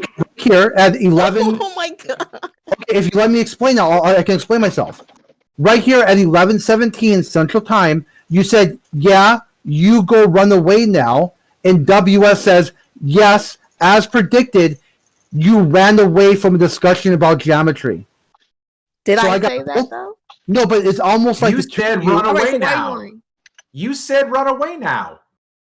I was discussing the geometry all day long. What does me saying run away now has anything to do with the topic? It had nothing to do with the fucking shape of the fucking earth. Was I running away from a basically testing to see if you know fucking geometry. Let me recap real quick, please. Let me recap real quick. And while I'm recapping, just hold on, Gadget. Hold on. While I'm recapping, Crit. Hold on, shush. While I'm recapping real quick, Crit, if you could just do a screen grab and we can look at it, okay? This is what he's trying to say as far as I understand it, Sean, okay? He is saying that he handled the math problem, okay? He's saying that he handled it. He's saying that he actually invited WS and anybody else into a voice chat, which no one took him up on, okay? So not only did he invite people to the voice chat, he also handled the math. And now he's showing us, perhaps, that you typed, oh, go ahead and run away. Yeah, because he was running away from the question. We were asking him, what does it have to do with proving the shape of the earth? And he just ran away and didn't answer the question. Because geometry proves the shape of the earth. And if you would listen to us, you would understand that. I sent both those screen caps to Brandon. If you could show them. Yeah, I'll show them. Hey, Naps, you know the crowd you're hanging with, they believe that straight lines are curved, don't you? I just want you to realize that. These people don't even think a straight line is straight. Geometry. Also, the definition of geometry is earth measurement. So if you're talking about geometry, then you're talking about earth measurement. All right. You do know there's a whole field of geometry, earth measure. You know there's a whole field of spherical geometry, right? That you study after you study. The shape of the earth, does it, Sean? It's geometry. Naps. Fucking idiot. Naps. Trying to prove anything about the shape of the earth. No, I'm it's just a math problem, and it looks like with two flat circles. And it's a fairly difficult math problem. I'm somewhat impressed you got it done. I would say that you're in the top 10% of. Stop touching yourself Say while it one you more put it time. down. Yeah, say it one more time, Paige. Stu. But don't touch yourself. I'm impressed because most of you are severely math impaired. Say it again. How impressed Most of you you are severely math impaired. I mean, you are. Yeah, the thing is, Bandsaw heard him in Gem. The thing is, Bandsaw heard him in Gems later, talking about. Yeah, well, they were incorrect. Okay, so that. I mean, not everybody's correct all the time. I mean, what were they incorrect about? What were they incorrect about? This problem, math is just this problem is another more of a math language. test You than could it be is about the shape advanced of the in earth. it. What were they incorrect about? Okay. In Gems? That this problem has something to do with the shape of the earth. Oh, okay. Okay. Apparently. So what I'm looking at here, the first screen cap shows them right here. They told me I ran away, and then I actually debunked that claim by showing the screenshot of me pencil whipping his own graphic. And even after I pencil whipped the graphic, they still accuse me of running away. So this next one is showing that I offered to talk to them in voice chat. The second screenshot happened first, actually. So I offered them, number one, that we have a disagreement, right? And that this is up for debate. I'm willing to debate this. And I think that math can be used to apply to the natural world. Some flat earthers disagree with my stance on that. Then I said, math is a language. Yeah, I got you. Math is just a language. Yeah, okay, let's try to make it through this. So when you say math can be applied to the earth, You're just saying language can be applied. Sorry. Okay. No, it's fine. It's fine. I got it, you. So the next thing I said here is I side with math, science as both because they don't have an agenda. Okay, math and science don't decide who's right and who's wrong. They find the truth, what the truth is. So I said, currently, right now, I feel like I'm being at the time, I felt like I basically had a bunch of trolls, ganging up on me. I had the puppy lover, the mole man, this WS, Naps. They were all kind of trying to derail the conversation to take it away from math and science. So I said, I gave you I offered two options, right? Number one, come talk to me in voice. I can break it down for you much easier. You never even entered voice. You never even went there. I did. You did. I didn't know because guess what? I logged off. I wasn't on there, so I didn't see that. What you logged? So you accused me of running away and then log off. And then logs off. Yeah. Come on, man. Yeah, I directly logged off once you said something. Yeah, I see what you said, that you were done, so I left. So what do you stop trying to make it a you thing? Like I'm scared of you. You know what you are? You're just a fucking. You're a drama queen. You're a drama queen. You're looking for drama. Oh my god! Oh, shut up. Come and stop. Do you have anything substantial to talk about, Sean? Is there anything, Sean? Is there anything in your head that is worth discussing? No. Oh, she's a drama I know the queen. answer to that. Is there anything in your head, period? No, there's not. Okay, Sean, listen. Okay, listen. Everybody's going to give you. How about this? Idiot. How about this? How about we give you, Sean? How about we give you 20? Sean, how about we give you 20 seconds of dead air? In that 20 seconds, I don't give a Okay, fuck. Sean. Hey, Sean, hold on. We'll give you 20 seconds of dead air, everybody. Right? Everybody? Okay. Okay, listen, hold on. I haven't even done to the punchline. Sean. You come up with a topic. I think you're just beating around the bush, man. You come up with a topic, Sean. Okay? 20 seconds. Everybody shush 20 seconds. Tick tock, tick tock, tick tock. Are you done? They sound smart, Naps. They sound smart. Did you come up with something to talk about? What I look like talking to a bunch of fucking retards? Like, get the fuck out of here, you stupid Get the fuck out of here. Word. Get out of here. What can I say? What can I say that hasn't been said thousands of times? Then leave us what are you doing alone and get the fuck out of here. Yeah, what are you doing here? Go be a dumb little valley girl somewhere else. That very illuminating. Exercise your brain, Naps. Go and do a Sudoku. Go be a dumb little valley sounding girl somewhere else. We don't want to hear your bullshit. Right. All right. I think we pounded on Naps enough. No, I don't. Well, for one night at least. But I want to hear about Gadget Inspector's big night at the track, Gadget. What happened, man? I got 5 in a row. 5 races in a row, or what? No, just I picked the underdogs. Well, Did you hit a super factor or something? Yeah, you know your way you can get there's a race. There's a race with 13 horses. There was 13 horses in the race, and you had to get 1, 2, 3, 4, 5. You got 1, 2, 3. You picked the first 5 people that came in the race, and you picked the underdog. Yeah, I got them all in a row. Yeah. Holy shit, dude! Good on you, man. Well done. Jeez, that's nice. How much you win? How good is that? €4,337. Damn. Nice. Woohoo! Is that called a super factor? Yeah. And you only gave Brandon €50 gadget? What the hell? Oh, Jesus. You gotta whack that up. Gadget, go buy some Guinness, man. Buy some Guinness. All the underdogs came in. The favorite came in 5th out of the 5 horses. The favorite came in 5th. So I picked all the underdogs. That's why he came in. Like those horses 80 to 1. And he only put €7 on the race, you know, so. Hey, I got some. That's what my pops always told me. If you're gonna bet on the underdogs, because everybody else is betting on Tom Brady and shit.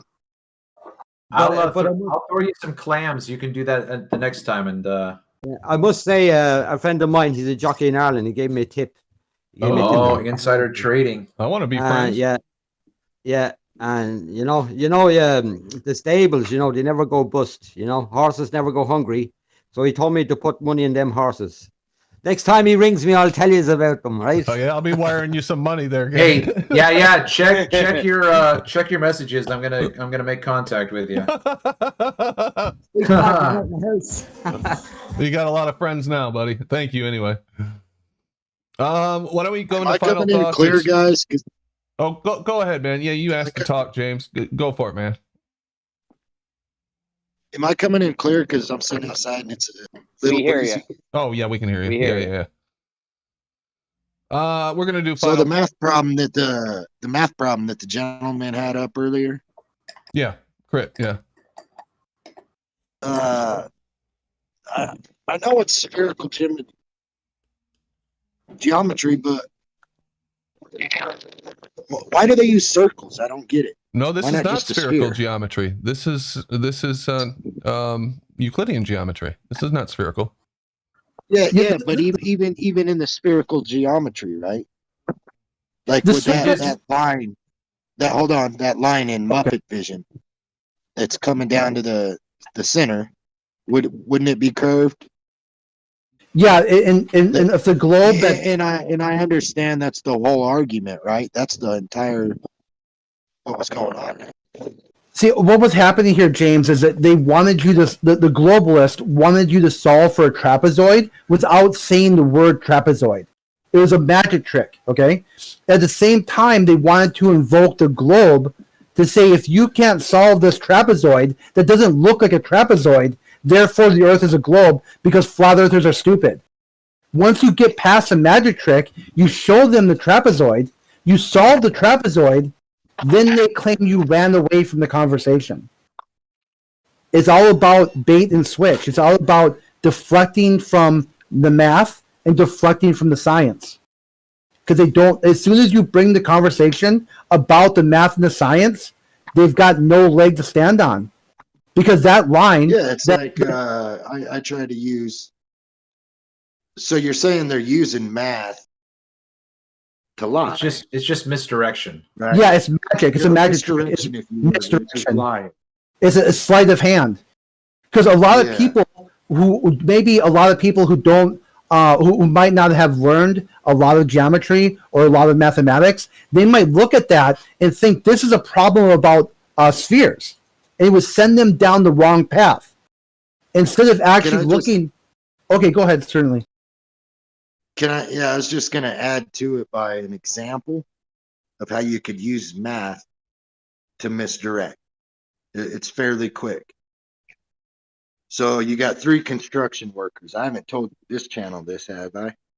You got 3 construction workers. They're going out for a job. They get a motel room. It's $30 for the room. So you know this.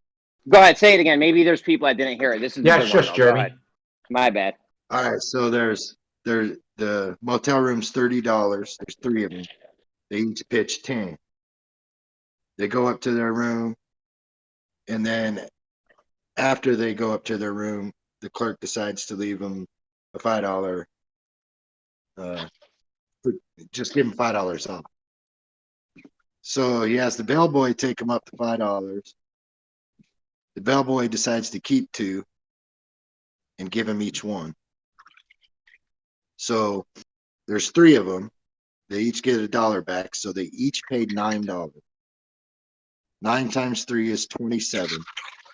The bellboy kept 2. Where's the other $1? Yeah, that's a good one. Damn, I came in. I only heard the last. It's a simple math problem, but math is language, so I'm using language to misdirect. But I'm going to let you sit on that and let you figure it out. Yeah, one of the things my grandma used to tell me that liars figure and figures lie. The kicker of that math problem is, though, no matter how you look at it, 3 of them each paid $27 total.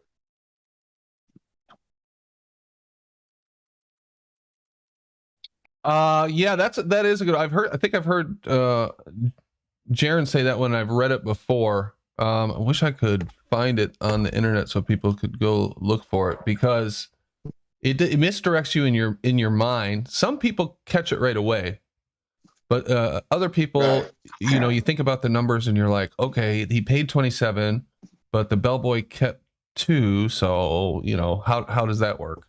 So why don't you tell us the answer? They only paid 25. Right. If she gave $5 back, they only paid 25. Exactly. They got 3, so that's 28. The bellboy has 2, that's 30. Yeah.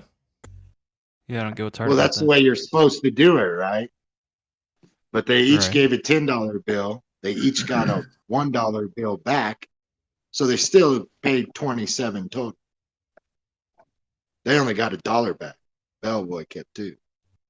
Brandon, you wouldn't do us a favor, would you? Sure. What do you want me to do? I just posted the video. I don't think you got it on Friday. No, the video I wanted to show the audience. Oh yeah. Did you just post that? We'll do that, and then we'll wrap up. In general, just go to 5 minutes 20, please. Who's this from though? This is CNET. All right. SpaceX latest launch, the CGI from SpaceX. Ooh, see, you know how much I love CGI. Let me see here. 520. When you see this, it's like Thunderbirds. Oh yeah. You know what? We looked at that before and compared it to Thunderbird. It looks just like that Thunderbird plane.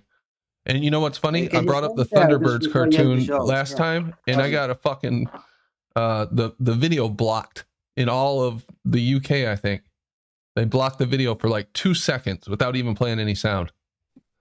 But if you don't know what Thunderbird's in, go look it up, because it's like SpaceX copied Thunderbird's cartoon from what, the 70s, Gadget? Look at this, guys. Look at this. Yeah, that's it. Watch in London. Watch.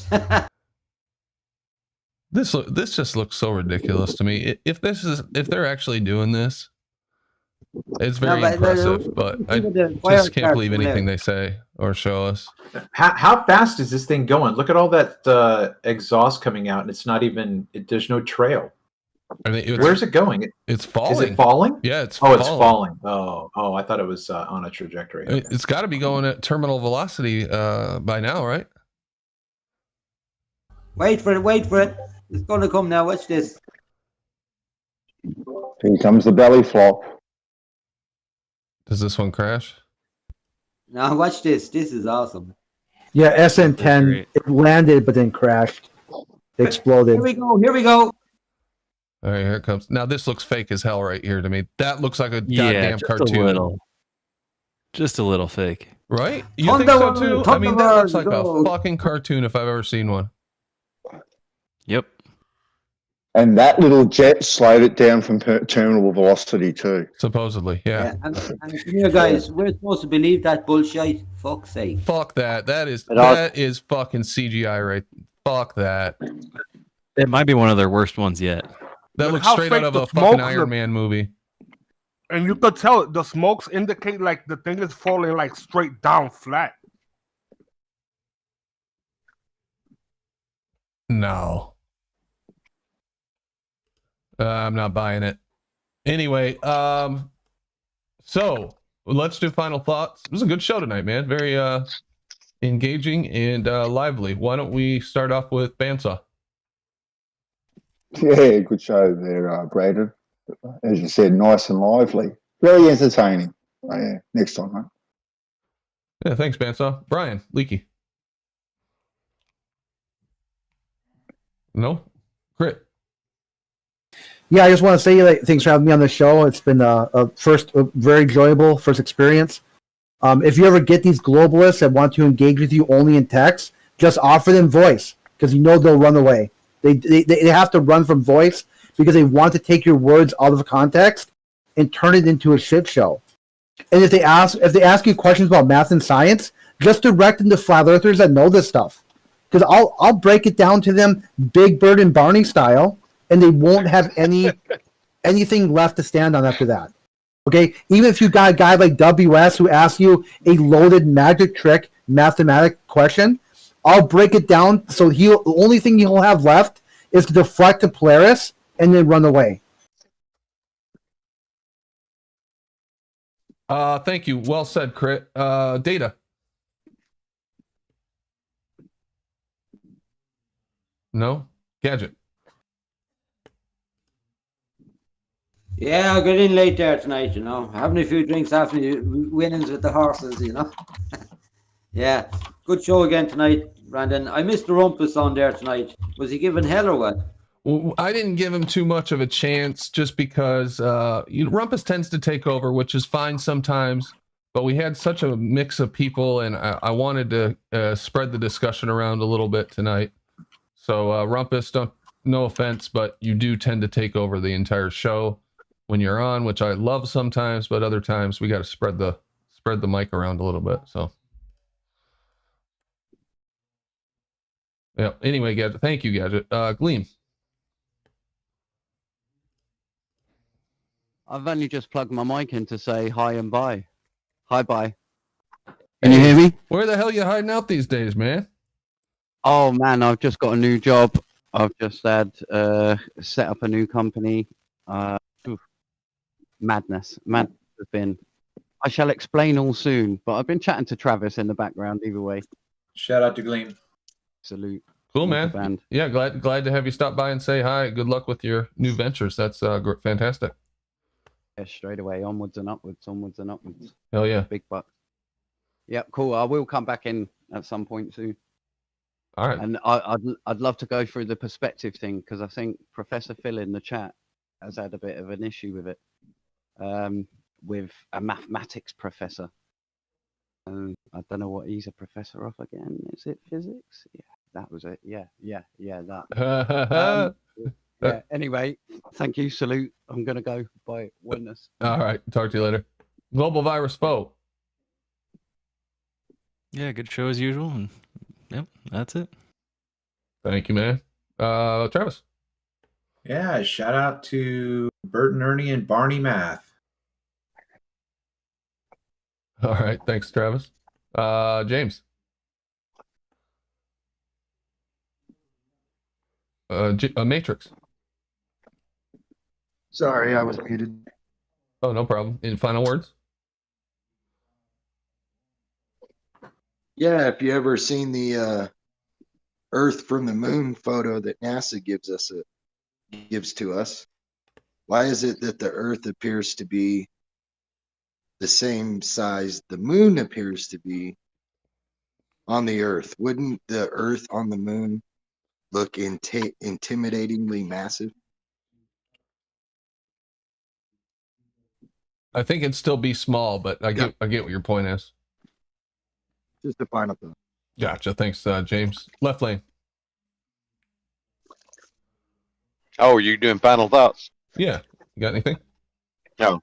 Well, yeah, I just blew a rear end up in my truck and I'm sitting on the side of the road, so I've been out. Oh, sorry to hear that, man. I guess yeah. You're evening the lady luck for Gadget. Anyway, good luck with that, Howard. All right, I appreciate it, Brandon. Yeah. Matrix. Good show, Brandon. Thank you for having me. Thanks for coming. Paige. Yeah, great show, Brendan. Thanks for having me too, mate. Thank you, Paige. Paid Nessa Show. I have nothing to say. Okay. Lemon.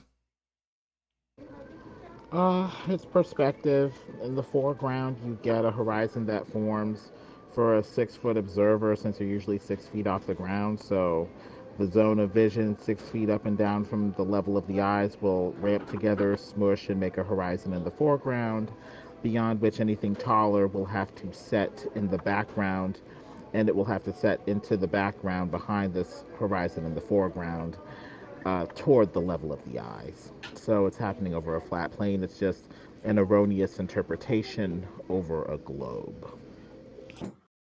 Thank you, Lemon. Rakia. I've been told this week by one of their professional surveyors, Larry Scott, gave him the opportunity to tell me exactly how to create a horizontal plane in free space by not using a one shot over long distance, by using segments and extending the horizontal. He said he didn't know how to do it. He would get back to me. Find that very strange that a surveyor doesn't know how to do this. Talk to other surveyors in my local community.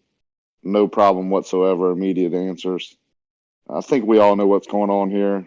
Feeding the trolls is useless. It's a waste of time, in my opinion. Good show, though. Thanks, Rakia. Naps. I have nothing to say. Thank you for allowing me to come. No problem. Anytime. Thanks, Naps. Jeremy. Nothing to say. Yeah, thanks. Thanks for blessing us all with your genius, Naps. Is it just me, or does Jedi sound like Gleam? I get those two mixed up all the time. So do a lot of people, actually. Yeah. Also, the globe's about as real as Metropolis. To the Batmobile. Thanks, Jeremy. Bob. Jedi. Oh, I thought Gleam would pick up on it and say something. Damn it, Gleam. You ruined the bit. If you would have said, right, no, he's about 2-hour drive away from me. Jedi is, yeah. But Simon Dan is about 2-minute drive. Simon Dan is my exact accent of everyone around my area. Wow. Have you met Simon Dan in person? No. He did say we've got to meet up for a Costa at one point, but when he's got his bulletproof jacket through the post, and yeah, his area is kind of like the posh side of town, and mine's like the rough side of town. So we wouldn't cross paths, put it that way. You probably stole his lunch money when you were kids or something, right? Nah, he's well young. He's too young for that. All right. Yeah. Salute either way. Take care. One. Talk to you. All right. Thank you, everybody. I'd like to thank the panel members for coming on. No, it gets hectic in here sometimes. It's all good. It's all for fun. I love hanging out with you guys. So I appreciate your time and thank you very much. Thanks to the mods in chat for doing a good job moderating the chat tonight. Seems like we got rid of most of the haters that did nothing but spew insults in chat. Happy to see that. And it's going smoothly. And thanks to everybody for watching the show. And big shout out to Gadget and the others who supported the show with super chats, etc. Thank you very much. And we will be back tomorrow. I'll be back in the Discord in a minute. I'll record the after show. So just so you know, you're recording or being recorded. Otherwise, yeah, Brandon, I have a story to tell you when you get back in. Okay. All right, guys. We'll talk to you tomorrow. Have a good night, everybody. Bye.